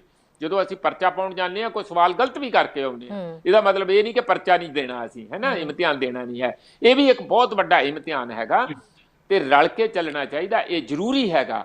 ਪਰ ਜੇ ਇਹ ਜੋ ਅੱਜ ਕਰ ਰਹੇ ਆ, ਮੈਂ ਥੋੜੀ ਜੀ ਗੱਲ ਜ਼ਰੂਰ ਨਾਲ ਜੋੜਨਾ, ਝੂਠੀਆਂ ਜਾਲੀਆਂ ਬਣਾ ਲੀਆਂ, ਜਾਣੀ ਕੁਛ ਯੂਨੀਅਨਾਂ ਇਹੋ ਜਿਹੀਆਂ ਕਿਸਾਨਾਂ ਦੀਆਂ ਬਣਵਾ ਲੀਆਂ ਜਿਨ੍ਹਾਂ ਦੀ ਅਜੇ ਰਜਿਸਟ੍ਰੇਸ਼ਨ ਦਸੰਬਰ 'ਚ ਹੋਈ ਆ ਤੇ ਨਾਲ ਹੀ 20 ਤਰੀਕ ਨੂੰ ਹੋ ਗਈ ਆ ਐਗਰੀਕਲਚਰ ਮਿਨਿਸਟਰ ਦੇ ਨਾਲ। ਜਾਣੀ ਉਹ ਜੋ ਮੈਂ ਤਾਂ ਤੁਹਾਨੂੰ ਸ਼ੁਰੂ 'ਚ ਹੀ ਕਹੀ ਸੀ ਇਸੇ ਗੱਲ ਕਰਕੇ ਕਿ RSS ਅੰਦਰ ਇਹਨਾਂ ਨੂੰ ਟ੍ਰੇਨਿੰਗ ਇਹ ਦਿੱਤੀ ਆ ਕਿ ਜਿੰਨਾ ਆਪਣੇ ਹੀ ਲੋਕਾਂ ਨਾਲ ਝੂਠ, ਫਰੇਬ, ਧੋਖਾ ਧੜੀ, ਇੰਝ ਤੇ ਅੰਗਰੇਜ਼ ਵੀ ਨਹੀਂ ਸੀ ਕਰਦੇ। ਸੱਚੀ ਗੱਲ, ਮੈਨੂੰ ਬੜਾ ਸ਼ਰਮ ਆ ਰਹੀ ਹੈ ਗੱਲ ਕਹਿ ਕੇ ਕਿ ਸ਼ਹੀਦੀਆਂ ਪਾ ਕੇ ਅਸੀਂ ਉਹਨਾਂ ਨੂੰ ਇੱਥੋਂ ਭੇਜਿਆ ਤੇ ਅੱਜ ਵੀ ਉਹਨਾਂ ਨੂੰ ਸਾਨੂੰ ਯਾਦ ਕਰਨਾ ਪੈਂਦਾ ਵੀ ਆਹ ਕਿਹੋ ਜਿਹੇ ਬਟਾਲੇ ਅਸੀਂ ਉੱਪਰ, ਜਿਨ੍ਹਾਂ ਦੀ ਇੰਨੀ ਵੀ ਕੋਈ ਮਾੜੀ ਮੋਟੀ ਵੀ ਕੋਈ ਆਪਣੇ ਲੋਕਾਂ ਲਈ ਕਦਰ ਕੀਮਤ ਜਾਂ ਉਹਨਾਂ ਲਈ ਅਹਿਸਾਸ ਨਹੀਂ ਹੈਗੇ। ਤੁਸੀਂ ਉਹਨਾਂ ਨਾਲ ਧੋਖਾ ਧੜੀ ਕਰਦੇ, ਜਾਲੀ ਯੂਨੀਅਨਾਂ ਬਣਾ ਕੇ ਆਪਣੇ ਹੱਕ ਦੇ ਵਿੱਚ ਤੁਸੀਂ ਬਿਆਨ ਦਵਾ ਰਹੇ ਆ ਕਿ ਸਾਨੂੰ ਇਹਦੇ ਕਾਨੂੰਨ ਹੀ ਬੜੇ ਚੰਗੇ ਲੱਗ ਰਹੇ ਆ। ਅੱਜ ਇਨਕੁਆਇਰੀ ਆਈ ਆ, ਤੁਸੀਂ ਦੇਖਿਆ ਕੁਝ ਚੈਨਲਾਂ ਦੇ ਉੱਤੇ ਉਹਨਾਂ ਨੇ ਸਾਫ਼-ਸਾਫ਼ ਇੰਟਰਵਿਊ ਕਰਕੇ ਦੱਸਤਾ ਕਿ ਕਿਹੜਾ ਕਦੋਂ ਕਿੱਥੋਂ ਆਇਆ ਤੇ ਕੀ ਬੋਲ ਰਿਹਾ ਤੇ ਕਿਵੇਂ ਉਹਨਾਂ ਦੇ ਆਲਰੇਡੀ ਹੀ ਬੀਜੇਪੀ ਨਾਲ ਲਿੰਕ ਆ, ਕਈ ਤੇ ਬੀਜੇਪੀ ਦੇ ਬੰਦੇ ਹੀ ਹੈਗੇ ਆਪਣੇ। ਇਸ ਤਰ੍ਹਾਂ ਆਪਣੇ ਲੋਕਾਂ ਨਾਲ ਤੁਸੀਂ ਇੰਜ ਕਰੋਗੇ ਤਾਂ ਫਿਰ ਗੱਲ ਸਿਰੇ ਕਿਵੇਂ ਲੱਗੂਗੀ? ਫਿਰ ਤੇ ਜਮੂਦ ਜਿਹਨੂੰ ਕਹਿੰਦੇ ਸਟੇਲਮੇਟ ਹੋਊਗਾ ਹੀ ਹੋਊਗਾ। ਤੁਸੀਂ ਅੜੇ ਆ, ਕਿੰਨਾ ਕੁ ਚਿਰ ਅੜੇ ਰਹੋਗੇ? ਇਹ ਲੋਕ ਜਾਣ ਵਾਲੇ ਨਹੀਂ ਹੈ, ਇਹ ਬਿਲਕੁਲ ਗੱਲ ਨਾ ਜਾਣਾ ਚਾਹੀਦਾ ਆ। ਉੱਥੇ ਹੀ ਉਹ ਪੱਕੇ ਮੋਰਚੇ ਲਾ ਲਏ ਉਹਨਾਂ ਨੇ, ਪੱਕੀਆਂ ਇੱਟਾਂ ਲਿਆ ਕੇ, ਪੱਕੀਆਂ ਕੰਧਾਂ ਕੱਢ ਕੇ, ਪੱਕੇ ਬਾਥਰੂਮ, ਪੱਕਾ ਸਾਰਾ ਕੁਝ ਬਣੂ। ਇੱਕ ਨਵਾਂ ਸ਼ਹਿਰ ਪੱਕਾ ਵਸ ਜਾਊਗਾ, ਨਵਾਂ ਸ਼ਹਿਰ ਵਸ ਚੁੱਕਾ, ਹੁਣ ਉਹਨੂੰ ਪੱਕਾ ਕਰਕੇ ਉੱਥੇ ਜਾਣਗੇ, ਇੱਥੋਂ ਹੀ ਅੱਗੇ ਹੀ ਜਾਣਗੇ, ਪਿੱਛੇ ਨਹੀਂ ਆ ਸਕਦੇ। ਇਸੇ ਕਰਕੇ ਉਹ 2 ਬੇਗਮਪੁਰਾ ਦੇ ਸ਼ਹਿਰ ਟਿਕਰੀ ਦੇ ਤੇ ਵਸ ਗਏ ਆ। ਮੈਨੂੰ ਬੜਾ ਚੰਗਾ ਲੱਗਦਾ ਹੈ ਇਹ ਗੱਲ ਕਹਿ ਕੇ ਕਿ ਜਿੱਥੇ ਕੋਈ ਗਮ ਨਹੀਂ ਹੈ, ਜਿੱਥੇ ਸਿਰਫ ਤੇ ਸਿਰਫ ਇਨਸਾਨੀਅਤ ਆ, ਪਿਆਰ ਆ, ਸਤਿਕਾਰ ਆ, ਇਮਾਨਦਾਰੀ ਆ, ਸਾਂਝੀਵਾਲਤਾ ਆ ਮੋਦੀ ਜੀ ਆਉਣ, ਅਮਿਤ ਸ਼ਾਹ ਆਉਣ ਤੇ ਉਹ ਮੇਰਾ ਖਿਆਲ ਹੈ ਕਿ ਜੇ ਉੱਥੇ ਰਹਿਣ, ਲੰਗਰ ਪਾਣੀ ਛਕਣ ਕੁਛ ਦੇਣ ਤੇ ਉਹ ਜ਼ਰੂਰ ਇਸ ਦੇਸ਼ ਨੂੰ ਲੀਡ ਕਰਨ ਦੇ, ਇਹਦੇ ਤੇ ਰਾਜ ਕਰਨ ਦੇ, ਇੱਥੇ ਸਰਕਾਰ ਨੂੰ ਚਲਾਉਣ ਦੇ ਕਾਬਿਲ ਹੋ ਜਾਣਗੇ। ਪਰ ਹਾਲ ਦੀ ਘੜੀ ਉਹਨਾਂ ਨੇ ਕੋਈ ਇਹੋ ਜਿਹਾ ਪ੍ਰੂਵ ਨਹੀਂ ਦਿੱਤਾ ਕਿ ਉਹ ਇਸ ਦੇਸ਼ ਨੂੰ ਲੀਡ ਕਰਨ ਦੇ ਕਾਬਿਲ ਹੈ। ਜੀ ਬਿਲਕੁਲ।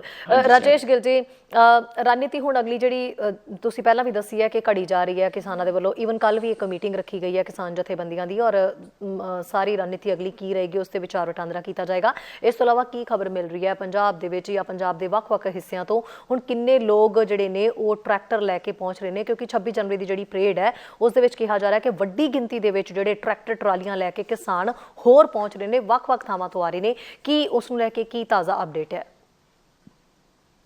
ਦੇਖੋ, ਬਿਲਕੁਲ ਜਿਵੇਂ ਕਿ ਪ੍ਰੋਫੈਸਰ ਸਾਹਿਬ ਕਹਿ ਰਹੇ ਸੀਗੇ ਕਿ ਜਿਹੜੇ तमाम ਜਿਹੜੇ ਫੇਕ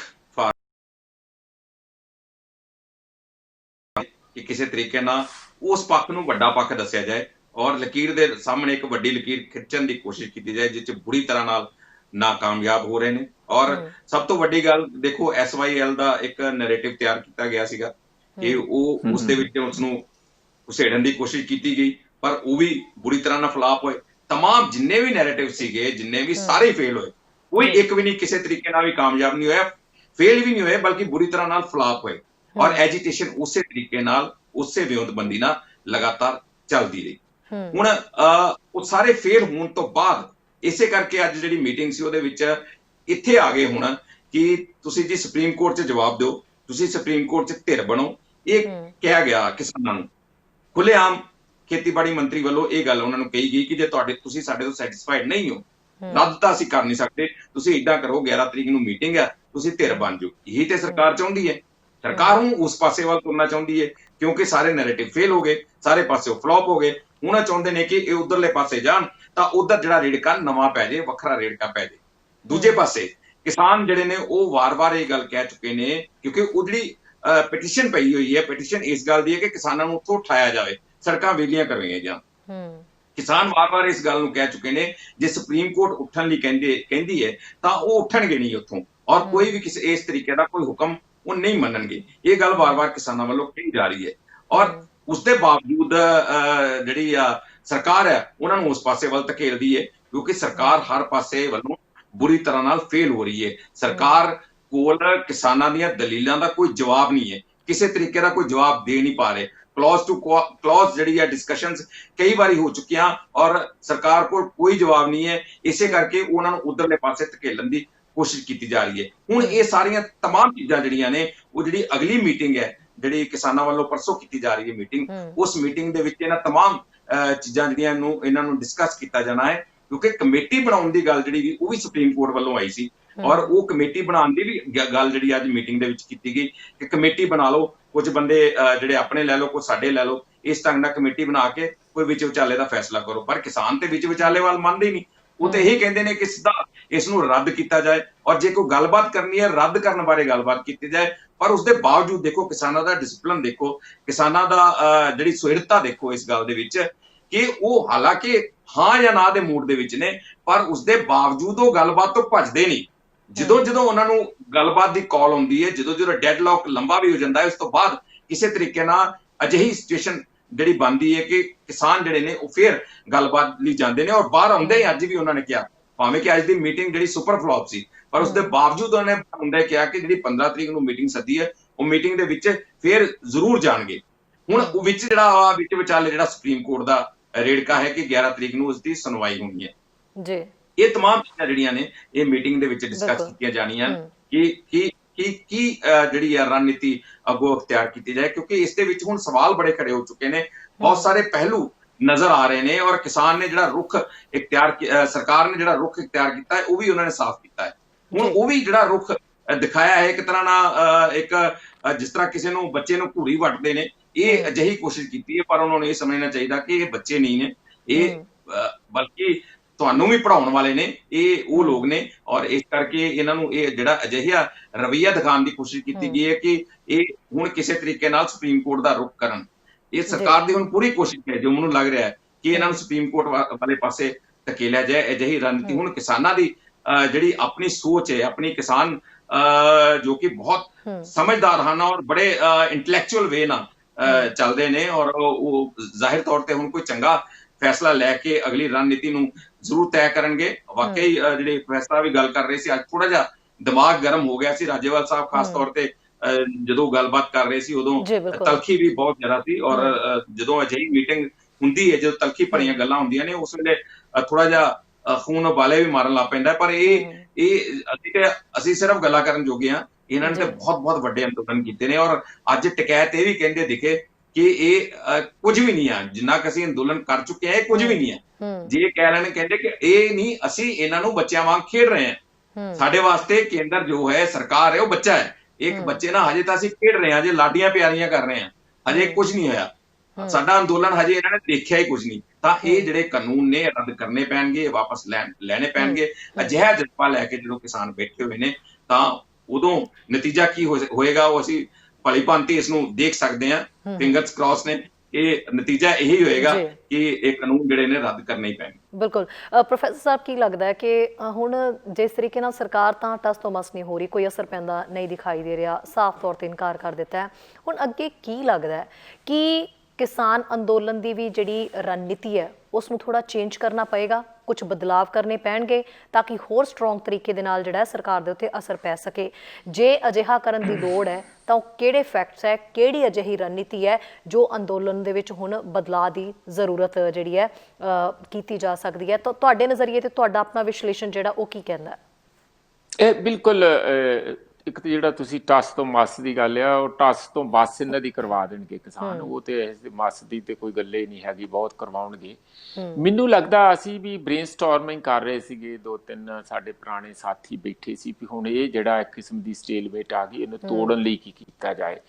ਤੇ ਸਾਡੇ ਮਨ ਵਿੱਚ 2 ਵਿਚਾਰ ਆ ਰਹੇ ਸੀ। ਇੱਕ ਤੇ ਜਿਹੜੀ ਆਲਰੇਡੀ ਕਿਸਾਨਾਂ ਨੇ ਫੈਸਲਾ ਕੀਤਾ ਕਿ ਉਹ ਬਾਕੀ ਦੇਸ਼ ਦੇ ਵਿੱਚ ਅਲੱਗ-ਅਲੱਗ ਜਗ੍ਹਾ ਯੂਨੀਅਨਾਂ ਉਹਨਾਂ ਨੂੰ ਮੋਬਿਲਾਈਜ਼ ਕਰਨ, ਸਪੋਰਟ ਨੂੰ ਹੋਰ ਮੋਬਿਲਾਈਜ਼ ਕਰਨ, ਉਹਦਾ ਅਸਰ ਹੁੰਦਾ ਨਜ਼ਰ ਵੀ ਆ ਰਿਹਾ। ਕੁਝ ਸਾਊਥ ਵਿੱਚ ਵੀ ਚੰਗੇ ਲੋਕਾਂ ਦਾ ਹੰਗਾਰਾ ਮਿਲਿਆ ਹੈ, ਉੱਥੇ ਉਹਨਾਂ ਨੇ ਮੁਜ਼ਾਹਰੇ ਵੀ ਕੀਤੇ ਆ, ਤੇ ਖਾਸ ਕਰ ਬਿਹਾਰ ਦੇ ਵਿੱਚ ਤੇ ਜ਼ਿਲ੍ਹੇ ਹੈੱਡਕੁਆਟਰ ਦੇ ਉੱਤੇ ਕਾਫੀ ਧਰਨੇ ਵਗੈਰਾ ਚੱਲ ਰਹੇ ਆ। ਇਹ ਇੱਕ ਅੱਗੇ ਨਾਲੋਂ ਫਰਕ ਪੈਣ ਵਾਲੀ ਸਾਨੂੰ ਨਜ਼ਰ ਆਇਆ। ਇਸੇ ਤਰੀਕੇ ਨਾਲ ਮੈਨੂੰ ਇਹ ਲੱਗਦਾ ਕਿ ਜਿਵੇਂ ਕਿਸੇ ਵੇਲੇ ਆਪਾਂ ਦੇਖਣ ਨੂੰ ਮਿਲਦਾ ਕਿ ਬਹੁਤ ਸਾਰੀਆਂ ਪਾਰਟੀਆਂ ਇਹ ਪਹਿਲਾਂ ਕਿਸਾਨਾਂ ਨੂੰ ਆਪਣੇ ਪਿੱਛੇ ਲਾਉਂਦੀਆਂ ਸੀ, ਟਰੈਕਟਰ, ਬੱਸਾਂ, ਹੋਰ ਟਰੱਕ ਭੇਜ ਕੇ ਰੈਲੀਆਂ 'ਚ ਬੰਦੇ ਬੁਲਾਉਂਦੇ ਸੀ। ਹੁਣ ਇਹਦੇ ਉਲਟ ਹੋ ਚੁੱਕਾ। ਹੁਣ ਕਿਸਾਨ ਜਿਹੜੇ ਆ ਉਹਨਾਂ ਦਾ ਰਾਜ ਚੱਲ ਰਿਹਾ। ਦੇਖੋ ਝੰਡੇ ਕਿ ਜਿਵੇਂ ਝੂਲਦੇ ਝੰਡਾ, ਜੇ ਤੁਸੀਂ ਆਪਣੀ ਗੱਡੀ ਅੱਗੇ ਜਾਂ ਭਾਵੇਂ ਹੱਥ 'ਚ ਫੜ ਕੇ ਚੱਲ ਪਓ ਤੇ ਤੁਹਾਡੀ ਇੰਨੀ ਰਿਸਪੈਕਟ ਬਣਦੀ ਆ ਪੰਜਾਬ, ਹਰਿਆਣਾ, ਯੂਪੀ ਦੇ ਵਿੱਚ, ਖਾਸ ਕਰ ਪੱਛਮੀ ਯੂਪੀ ਦੇ ਵਿੱਚ, ਕਿ ਤੁਹਾਨੂੰ ਪੁਲਿਸ ਵੀ ਸਲੂਟ ਮਾਰ ਕੇ ਲੰਘਦੀ ਆ, ਲੋਕ ਤੁਹਾਨੂੰ ਮਠਿਆਈਆਂ, ਚਾਹ, ਸਾਰਾ ਕੁਝ। ਜਾਣੀ ਇਹ ਰਾਜ ਆ, ਕਿਸਾਨ ਰਾਜ, ਲੋਕ ਰਾਜ, ਧਰਤੀ ਪੁੱਤਰਾਂ ਦਾ ਰਾਜ ਅਸਲ ਮਾਨਿਆਂ 'ਚ ਉੱਥੇ ਉਹਨਾਂ ਦੀ ਰਿੱਟ ਚੱਲ ਰਹੀ ਹੈ। ਇਹ ਧਰਤੀ ਪੁੱਤਰਾਂ ਨੂੰ ਮੇਰਾ ਖਿਆਲ ਹੈ ਕਿ ਇਹਨਾਂ ਲੀਡਰਾਂ ਨੂੰ, ਜਿਹੜੇ ਖਾਸ ਕਰ ਰੀਜਨਲ ਪਾਰਟੀਆਂ ਦੇ ਲੀਡਰ ਆ, ਉਹਨਾਂ ਨੂੰ ਇਨਵਾਈਟ ਕਰਕੇ ਕਿਸੇ ਵੱਡੇ ਹਾਲ 'ਚ ਆਪਣਾ ਦੱਸਣਾ ਚਾਹੀਦਾ ਕਿ ਤੁਸੀਂ ਕੱਲ੍ਹ ਹੀ ਬੈਠੇ ਆ ਬਈ, ਤੁਸੀਂ ਆਪੋ ਆਪਣੇ ਸੂਬਿਆਂ 'ਚ ਜਿੱਥੇ ਜਿੱਥੇ ਬੈਠੇ ਆ, ਸਪਾ ਹੈਗੀ ਹੈ ਜਾਂ ਤੇਜਸਵੀ ਹੈਗਾ ਬਿਹਾਰ ਦੇ ਵਿੱਚ, ਸਾਊਥ ਦੇ ਵਿੱਚ ਰੀਜਨਲ ਪਾਰਟੀਆਂ ਬਹੁਤ ਹੈਗੀਆਂ ਆ, ਤੇ ਹੋਰ ਹਿੰਦੀ ਬੈਲਟ ਦੇ ਵਿੱਚ ਹੈਗੀਆਂ, ਉਹ ਸਾਰੀਆਂ ਆਪੋ ਆਪਣੇ ਪਾਰਟੀਆਂ ਜੇ ਅੱਜ ਕਿਸਾਨਾਂ ਨੂੰ ਇਸ ਏਰੀਏ ਦੇ ਵਿੱਚ ਲੱਗੇ ਆ, ਅਸੀਂ ਜਿੱਥੋਂ ਜ਼ਿਆਦਾ ਦਿੱਲੀ ਦੇ ਚਾਰੇ ਪਾਸਿਓਂ ਜ਼ਿਆਦਾ ਰਾਜਸਥਾਨ ਤੱਕ ਸਪੋਰਟ ਆ ਰਹੀ ਹੈ, ਉਹ ਵੀ ਆਪਣਾ ਕੰਮ ਕਰਨ। ਕੱਲ ਨੂੰ ਇਹਨਾਂ ਕਿਸਾਨਾਂ ਕੋਲ ਹੀ ਵੋਟਾਂ ਮੰਗਣ ਜਾਣਾ, ਉਹਨਾਂ ਦਾ ਫਰਜ਼ ਬਣਦਾ ਉਹਨਾਂ ਨੂੰ ਐਜੂਕੇਟ ਕਰਨ ਕਿ ਇਹਨਾਂ ਕਾਨੂੰਨਾਂ ਦੇ ਨਾਲ ਕਿੰਨਾ ਭਿਆਨਕ ਖਲਵਾੜ ਸਾਡੇ ਆਉਣ ਵਾਲੇ ਸਮੇਂ 'ਚ ਖੇਤੀ ਦਾ ਹੋਣ ਵਾਲਾ, ਤਬਾਹੀ ਹੋ ਜਾਊਗੀ। ਸ਼ਹਿਰਾਂ 'ਚ ਪਹਿਲਾਂ ਹੀ ਇੰਨਾ ਬੁਰਾ ਹਾਲ ਹੈ, ਸ਼ਹਿਰ ਤੇ ਸਾਡੇ 10 ਸ਼ਹਿਰ ਤੇ ਰਹਿਣ ਦੇ ਲਾਇਕ ਨਹੀਂ, ਵਿੱਚੇ ਦਿੱਲੀ ਉਹਦੇ ਆਉਂਦਾ, ਲੁਧਿਆਣੇ ਦਾ ਵੀ ਬੁਰਾ ਹਾਲ। ਉੱਥੇ ਕਿੱਥੇ ਲੋਕਾਂ ਨੂੰ ਉਜਾੜ ਕੇ ਭੇਜ ਦੋਗੇ ਵੀ ਇਹਨਾਂ ਨੂੰ ਪਿੰਡਾਂ ਤੋਂ ਕੱਢ ਕੇ? ਇਸ ਲਈ ਤਾਂ ਹੀ ਤੇ ਮੈਂ ਕਹਿੰਦਾ ਨਾ ਕਿ ਇਹ ਜਿਹੜੇ ਬੰਦੇ ਆ, ਜਿਹੜੇ ਭਗਤ ਲੋਕ ਹੁੰਦੇ ਆ, ਮੋਦੀ ਵਰਗੇ ਜਾਂ ਹੋਰ RSS ਦੇ ਭਗਤ ਲੋਕ, ਇਹਨਾਂ ਦਾ ਦਿਮਾਗ ਨਹੀਂ ਕੰਮ ਕਰਦਾ। ਇਹ ਸਿਰਫ ਲਾਲਾ ਲਾਲਾ ਲਾਲਾ ਲਾਲਾ ਕਰ ਸਕਦੇ ਆ। ਜੇ ਥੋੜਾ ਬਹੁਤ ਇਤਿਹਾਸ ਦਾ, ਇਕਨੋਮਿਕਸ ਦਾ, ਲੋਕਾਂ ਦਾ ਸੱਭਿਆਚਾਰ ਦਾ ਖੁੱਲਾਪਣ, ਇਹ ਸਾਰੀ ਮਾੜੀ ਮੋਟੀ ਵੀ ਐਲੀਮੈਂਟਰੀ ਨੌਲੇਜ ਹੋਵੇ ਨਾ +2 ਤੱਕ, ਇਹ ਇੰਜ ਨਾ ਕਰਨ, ਬਿਲਕੁਲ ਨਾ ਕਰਨ। ਇਹ ਕਰਦੇ ਹੀ ਤਾਂ ਆ ਕਿਉਂਕਿ ਬਿਲਕੁਲ ਬੰਦ ਦਿਮਾਗ ਦੇ ਨਾਲ ਸੋਚਦੇ ਆ, ਔਰ ਜੋ ਇਹਨਾਂ ਨੂੰ ਟ੍ਰੇਨਿੰਗ ਦਿੱਤੀ ਉਹ ਜੀ ਸੋਚਦੇ ਆ। ਇਹ ਤੇ ਇਸ ਤਰ੍ਹਾਂ ਕਿਵੇਂ ਚੱਲੂਗਾ? ਇਸ ਲਈ ਮੇਰੀ ਜਿਹੜੀ ਤੁਹਾਡੇ ਵੱਲੋਂ ਸ਼ਹਿਰੀ ਤੁਸੀਂ ਸਵਾਲ ਕੀਤਾ ਬੜਾ ਅਹਿਮ ਆ। ਮੈਨੂੰ ਲੱਗਦਾ ਕਿ ਦੋਹਾਂ ਹੀ ਫੋਰਸਾਂ ਨੂੰ, ਇੱਕ ਤੇ ਕਿਸਾਨਾਂ ਨੂੰ ਵੀ ਮੋਬਿਲਾਈਜ਼ ਕਰਨਾ ਚਾਹੀਦਾ ਆਲ ਇੰਡੀਆ ਲੈਵਲ ਤੇ, ਹੋਰ ਬੰਦੇ ਭੇਜ ਕੇ, ਟੀਮਾਂ ਭੇਜ ਕੇ। ਦੂਸਰਾ, ਜਿਹੜੀਆਂ ਖਾਸ ਕਰ ਰੀਜਨਲ ਪਾਰਟੀਆਂ ਜਾਂ ਕੋਈ ਵੀ ਨੌਨ BJP ਜਿਹੜੇ ਵੀ ਕਹਿੰਦੇ ਨੇ ਸਾਡਾ ਕਿਸਾਨਾਂ ਨਾਲ ਬੜਾ ਦਿਲ ਦੁੱਖ ਰਿਹਾ, ਸਾਡੇ ਤੇ ਰਾਤ ਨੂੰ ਨੀਂਦ ਨਹੀਂ ਆਉਂਦੀ, ਉਹਨਾਂ ਨੂੰ ਪੁੱਛਣ ਬੁਲਾ ਕੇ ਕਿਸੇ ਹਾਲ 'ਚ ਕਿ ਤੁਸੀਂ ਸਾਡੇ ਲਈ ਕੀ ਕੀਤਾ ਅਜੇ ਤੱਕ, ਕਰਨਾ ਚਾਹੀਦਾ ਤੁਹਾਨੂੰ। ਉਹ ਆਪਣੇ ਤੌਰ ਤੇ ਪੋਲੀਟੀਕਲ ਪਾਰਟੀਆਂ ਦਾ as a part of democratic institution ਬਿਲਕੁਲ ਉਹਨਾਂ ਦਾ ਫਰਜ਼ ਬਣਦਾ ਹੈ ਕਿਸਾਨਾਂ ਦੀ ਪਿੱਠ ਤੇ ਖੜੇ। ਪ੍ਰੋਫੈਸਰ ਸਾਹਿਬ, ਜਿਹੜੀ ਤੁਸੀਂ ਗੱਲ ਕਹਿ ਰਹੇ ਹੋ ਵੀ ਉਹਨਾਂ ਨੂੰ ਬੁਲਾ ਕੇ ਪੁੱਛਣਾ ਚਾਹੀਦਾ ਹੈ, ਇਸੇ ਦੇ ਉੱਤੇ ਮੇਰਾ ਸਵਾਲ ਹੈ ਕਿ ਅੱਜ ਬਲਬੀਰ ਰਾਜੇਵਾਲ ਨੇ ਜਿਸ ਤਰੀਕੇ ਨਾਲ ਕਿਹਾ, ਉਹਨਾਂ ਨੂੰ ਕਾਫੀ ਗੁੱਸਾ ਵੀ ਆਇਆ। ਸੁਖਬੀਰ ਬਾਦਲ ਨੇ ਇੰਟਰਵਿਊ ਦਿੱਤੀ ਕਿਸੇ ਨਿੱਜੀ ਅਦਾਰੇ ਨੂੰ, ਤੇ ਉਸ ਕਿਸੇ ਅਖਬਾਰ ਨਾਲ ਇੰਟਰਵਿਊ ਦੌਰਾਨ, ਉਹਨਾਂ ਨੇ ਵੱਡੇ ਅਖਬਾਰ ਨਾਲ ਇੰਟਰਵਿਊ ਦੌਰਾਨ ਇਹ ਗੱਲ ਕਹਿ ਦਿੱਤੀ ਕਿ ਜਿਹੜਾ ਕਿਸਾਨ ਐਜੀਟੇਸ਼ਨ ਹੈ, ਜਿਹੜਾ ਅੰਦੋਲਨ ਹੈ ਚੱਲ ਰਿਹਾ, ਉਸ ਦੇ ਪਿੱਛੇ ਕਹਿੰਦੇ ਅਕਾਲੀ ਦਲ ਦਾ ਪੂਰੀ ਸਪੋਰਟ ਹੈ। ਜਦੋਂ ਇਸ ਤਰੀਕੇ ਦੇ ਬਿਆਨ ਅਕਾਲੀ ਦਲ ਦੇ ਵੱਲੋਂ ਬਾਰ-ਬਾਰ ਦਿੱਤੇ ਜਾ ਰਹੇ ਨੇ ਤਾਂ ਇਹਦਾ ਮਤਲਬ ਕੀ ਹੈ? ਇਹਦੇ ਕੀ ਮਾਇਨੇ ਕੱਢੇ ਜਾਣ? ਇਹਦਾ ਐਜੂਟੇਸ਼ਨ ਦੇ ਉੱਤੇ ਅਸਰ ਕੀ ਪੈ ਸਕਦਾ ਹੈ? ਕਿਉਂਕਿ ਬਲਬੀਰ ਰਾਜੇਵਾਲ ਨੇ ਸਾਫ਼ ਤੌਰ ਤੇ ਕਿਹਾ ਵੀ ਉਹਨਾਂ ਦਾ ਜਿਹੜਾ ਦਿਮਾਗੀ ਸੰਤੁਲਨ ਹੈ ਨਾ ਸੁਖਬੀਰ ਬਾਦਲ ਦਾ, ਉਹ ਖਰਾਬ ਹੋ ਚੁੱਕਿਆ ਹੈ। ਦੇਖੋ, ਇਸ ਤਰ੍ਹਾਂ ਹੈਗਾ ਆ, ਜਾਂ ਤੇ ਆਲ ਇੰਡੀਆ ਕਿਸਾਨ ਸਭਾਵਾਂ, ਸਾਡੀ ਕੋਈ ਸਿੰਗਲ ਜਥੇਬੰਦੀ ਜਾਂ 2 ਆਲ ਇੰਡੀਆ ਕੋਆਰਡੀਨੇਸ਼ਨ ਕਮੇਟੀਆਂ ਇੰਨੀਆਂ ਤਕੜੀਆਂ ਹੋਣ ਕਿ ਸਾਰੇ ਦੇਸ਼ ਦੀਆਂ ਕਿਸਾਨਾਂ ਨੂੰ ਮੋਬਿਲਾਈਜ਼ ਕਰਕੇ ਆਪਣੇ ਬਲਬੂਤੇ ਲੈ ਆਉਣ। ਇੱਕ ਤੇ ਇਹੀ ਤਰੀਕਾ ਹੋ ਸਕਦਾ।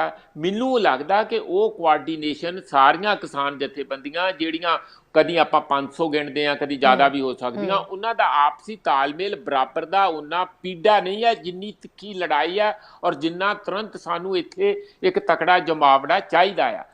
ਮੇਰਾ ਮਤਲਬ ਇਹ ਨਹੀਂ ਹੈ ਕਿ ਹੁਣ ਇਹ ਜਿਹੜੇ ਸਾਡੇ ਕਿਸਾਨ ਵੀਰ ਆ ਉਹ ਉੱਠ ਕੇ ਪੋਲੀਟੀਕਲ ਪਾਰਟੀਆਂ ਨੂੰ ਆਪਣੀਆਂ ਸਟੇਜਾਂ ਤੇ ਬੁਲਾਉਣ ਲੱਗ ਜਾਣ, ਬਿਲਕੁਲ ਨਹੀਂ।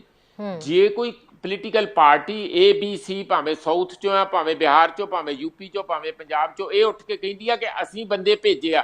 ਕਈ ਜਾਣਦੇ ਹੋ ਸਾਨੂੰ ਕੀ ਫਰਕ ਪੈਂਦਾ, ਭੇਜਿਆ ਤੇ ਹੋਰ ਭੇਜੋ, ਸਾਨੂੰ ਕੋਈ ਫਰਕ ਨਹੀਂ ਪੈਂਦਾ। ਅਸੀਂ ਪੋਲਿਟਿਕਸ ਨਹੀਂ ਚਾਹੁੰਦੇ। ਕਿਸਾਨ ਵੀਰ ਉੱਥੇ ਕੋਈ ਰਾਜਨੀਤਿਕ ਬਿਆਨਬਾਜ਼ੀ ਆਪਣੀਆਂ ਸਟੇਜਾਂ ਤੋਂ ਪੋਲੀਟੀਕਲ ਲੋਕਾਂ ਨੂੰ ਨਹੀਂ ਚਾਹੁੰਦੇ। ਮੇਰੇ ਮਨ ਵਿੱਚ ਇਸ ਕਰਕੇ ਆ ਰਿਹਾ, ਮੈਂ ਕੋਈ ਕਿਸਾਨ ਆਪਣੇ ਤੌਰ ਤੇ ਕੋਈ ਏਜੰਡਾ ਨਹੀਂ ਦੇ ਰਿਹਾ, ਨਾ ਕਿਸਾਨ ਯੂਨੀਅਨਾਂ ਨੂੰ ਕੋਈ ਏਜੰਡਾ ਦੇ ਰਿਹਾ। ਅਸੀਂ ਜਿਹੜੇ ਬਾਹਰ ਬੈਠੇ ਆ ਕਿਵੇਂ ਸੋਚ ਆਲਰੇਡੀ ਆਰਗੇਨਾਈਜ਼ਡ ਫੋਰਸਿਸ ਹੈ, ਉਹਨਾਂ ਨੂੰ ਕੋਆਰਡੀਨੇਟ ਕਰਕੇ ਉਹਨਾਂ ਨੂੰ ਕਹਿਣ ਕਿ ਆਫਟਰ ਆਲ ਤੁਸੀਂ ਜਦੋਂ ਪਾਰਟੀਆਂ ਬਣਦੇ ਆ ਜਾਂ ਤੁਸੀਂ ਜਦੋਂ ਸੱਤਾ ਚਾਹੁੰਦੇ ਆ ਤੇ ਕਿਹਦੇ ਕਰਕੇ ਆਉਂਦੇ ਆ? ਇਹਨਾਂ ਜਨਤਾ ਜਨਾਰਦਨ ਕਰਕੇ ਆਉਂਦੇ ਨਾ। ਇਹ ਤੇ ਹੁਣ ਜਨ ਅੰਦੋਲਨ ਬਣ ਚੁੱਕਾ ਹੈ, ਇਕੱਲਾ ਕਿਸਾਨਾਂ ਦਾ ਅੰਦੋਲਨ ਨਹੀਂ। ਤੇ ਜੇ ਇਸ ਜਨ ਨੂੰ ਜਿਹੜਾ ਐਡੇ ਵੱਡੇ ਪੱਧਰ ਤੇ ਬੈਠਾ ਤੁਸੀਂ ਅੱਜ ਉਸ ਦੇ ਡਟ ਕੇ ਬਾਹਰੋਂ ਸਪੋਰਟ ਸਾਰੇ ਸੂਬਿਆਂ ਚੋਂ ਡਟ ਕੇ ਮੋਬਿਲਾਈਜ਼ ਕਰਕੇ ਨਹੀਂ ਲਿਆਉਂਦੇ ਤਾਂ ਫਿਰ ਇਹ ਕੱਲ ਨੂੰ ਕਿਹਦੇ ਕੋਲ ਵੋਟਾਂ ਮੰਗੋਗੇ?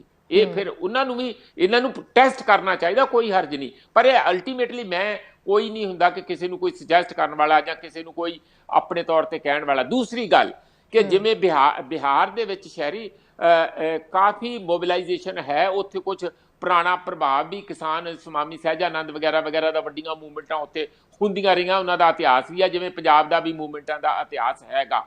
ਉੱਥੇ ਪਟਨੇ ਦੇ ਵਿੱਚ ਜਾ ਕੇ ਇਹੋ ਜਿਹੀ ਲੀਡਰਸ਼ਿਪ, ਸਾਡੀ ਮੇਨ ਲੀਡਰਸ਼ਿਪ ਸਾਰੀ ਇੱਕ ਦਿਨ ਡੇਟ ਤੈਅ ਕਰਕੇ ਵੱਡੀ ਰੈਲੀ ਕਰਨੀ ਚਾਹੀਦੀ ਆ, ਤਾਂ ਕਿ ਸਾਰੇ ਦੇਸ਼ ਦੇ ਅੰਦਰ ਇਸ ਗੱਲ ਦਾ ਸੁਨੇਹਾ ਵੱਡੇ ਪੱਧਰ ਤੇ ਜਾਣ ਲੱਗੇ।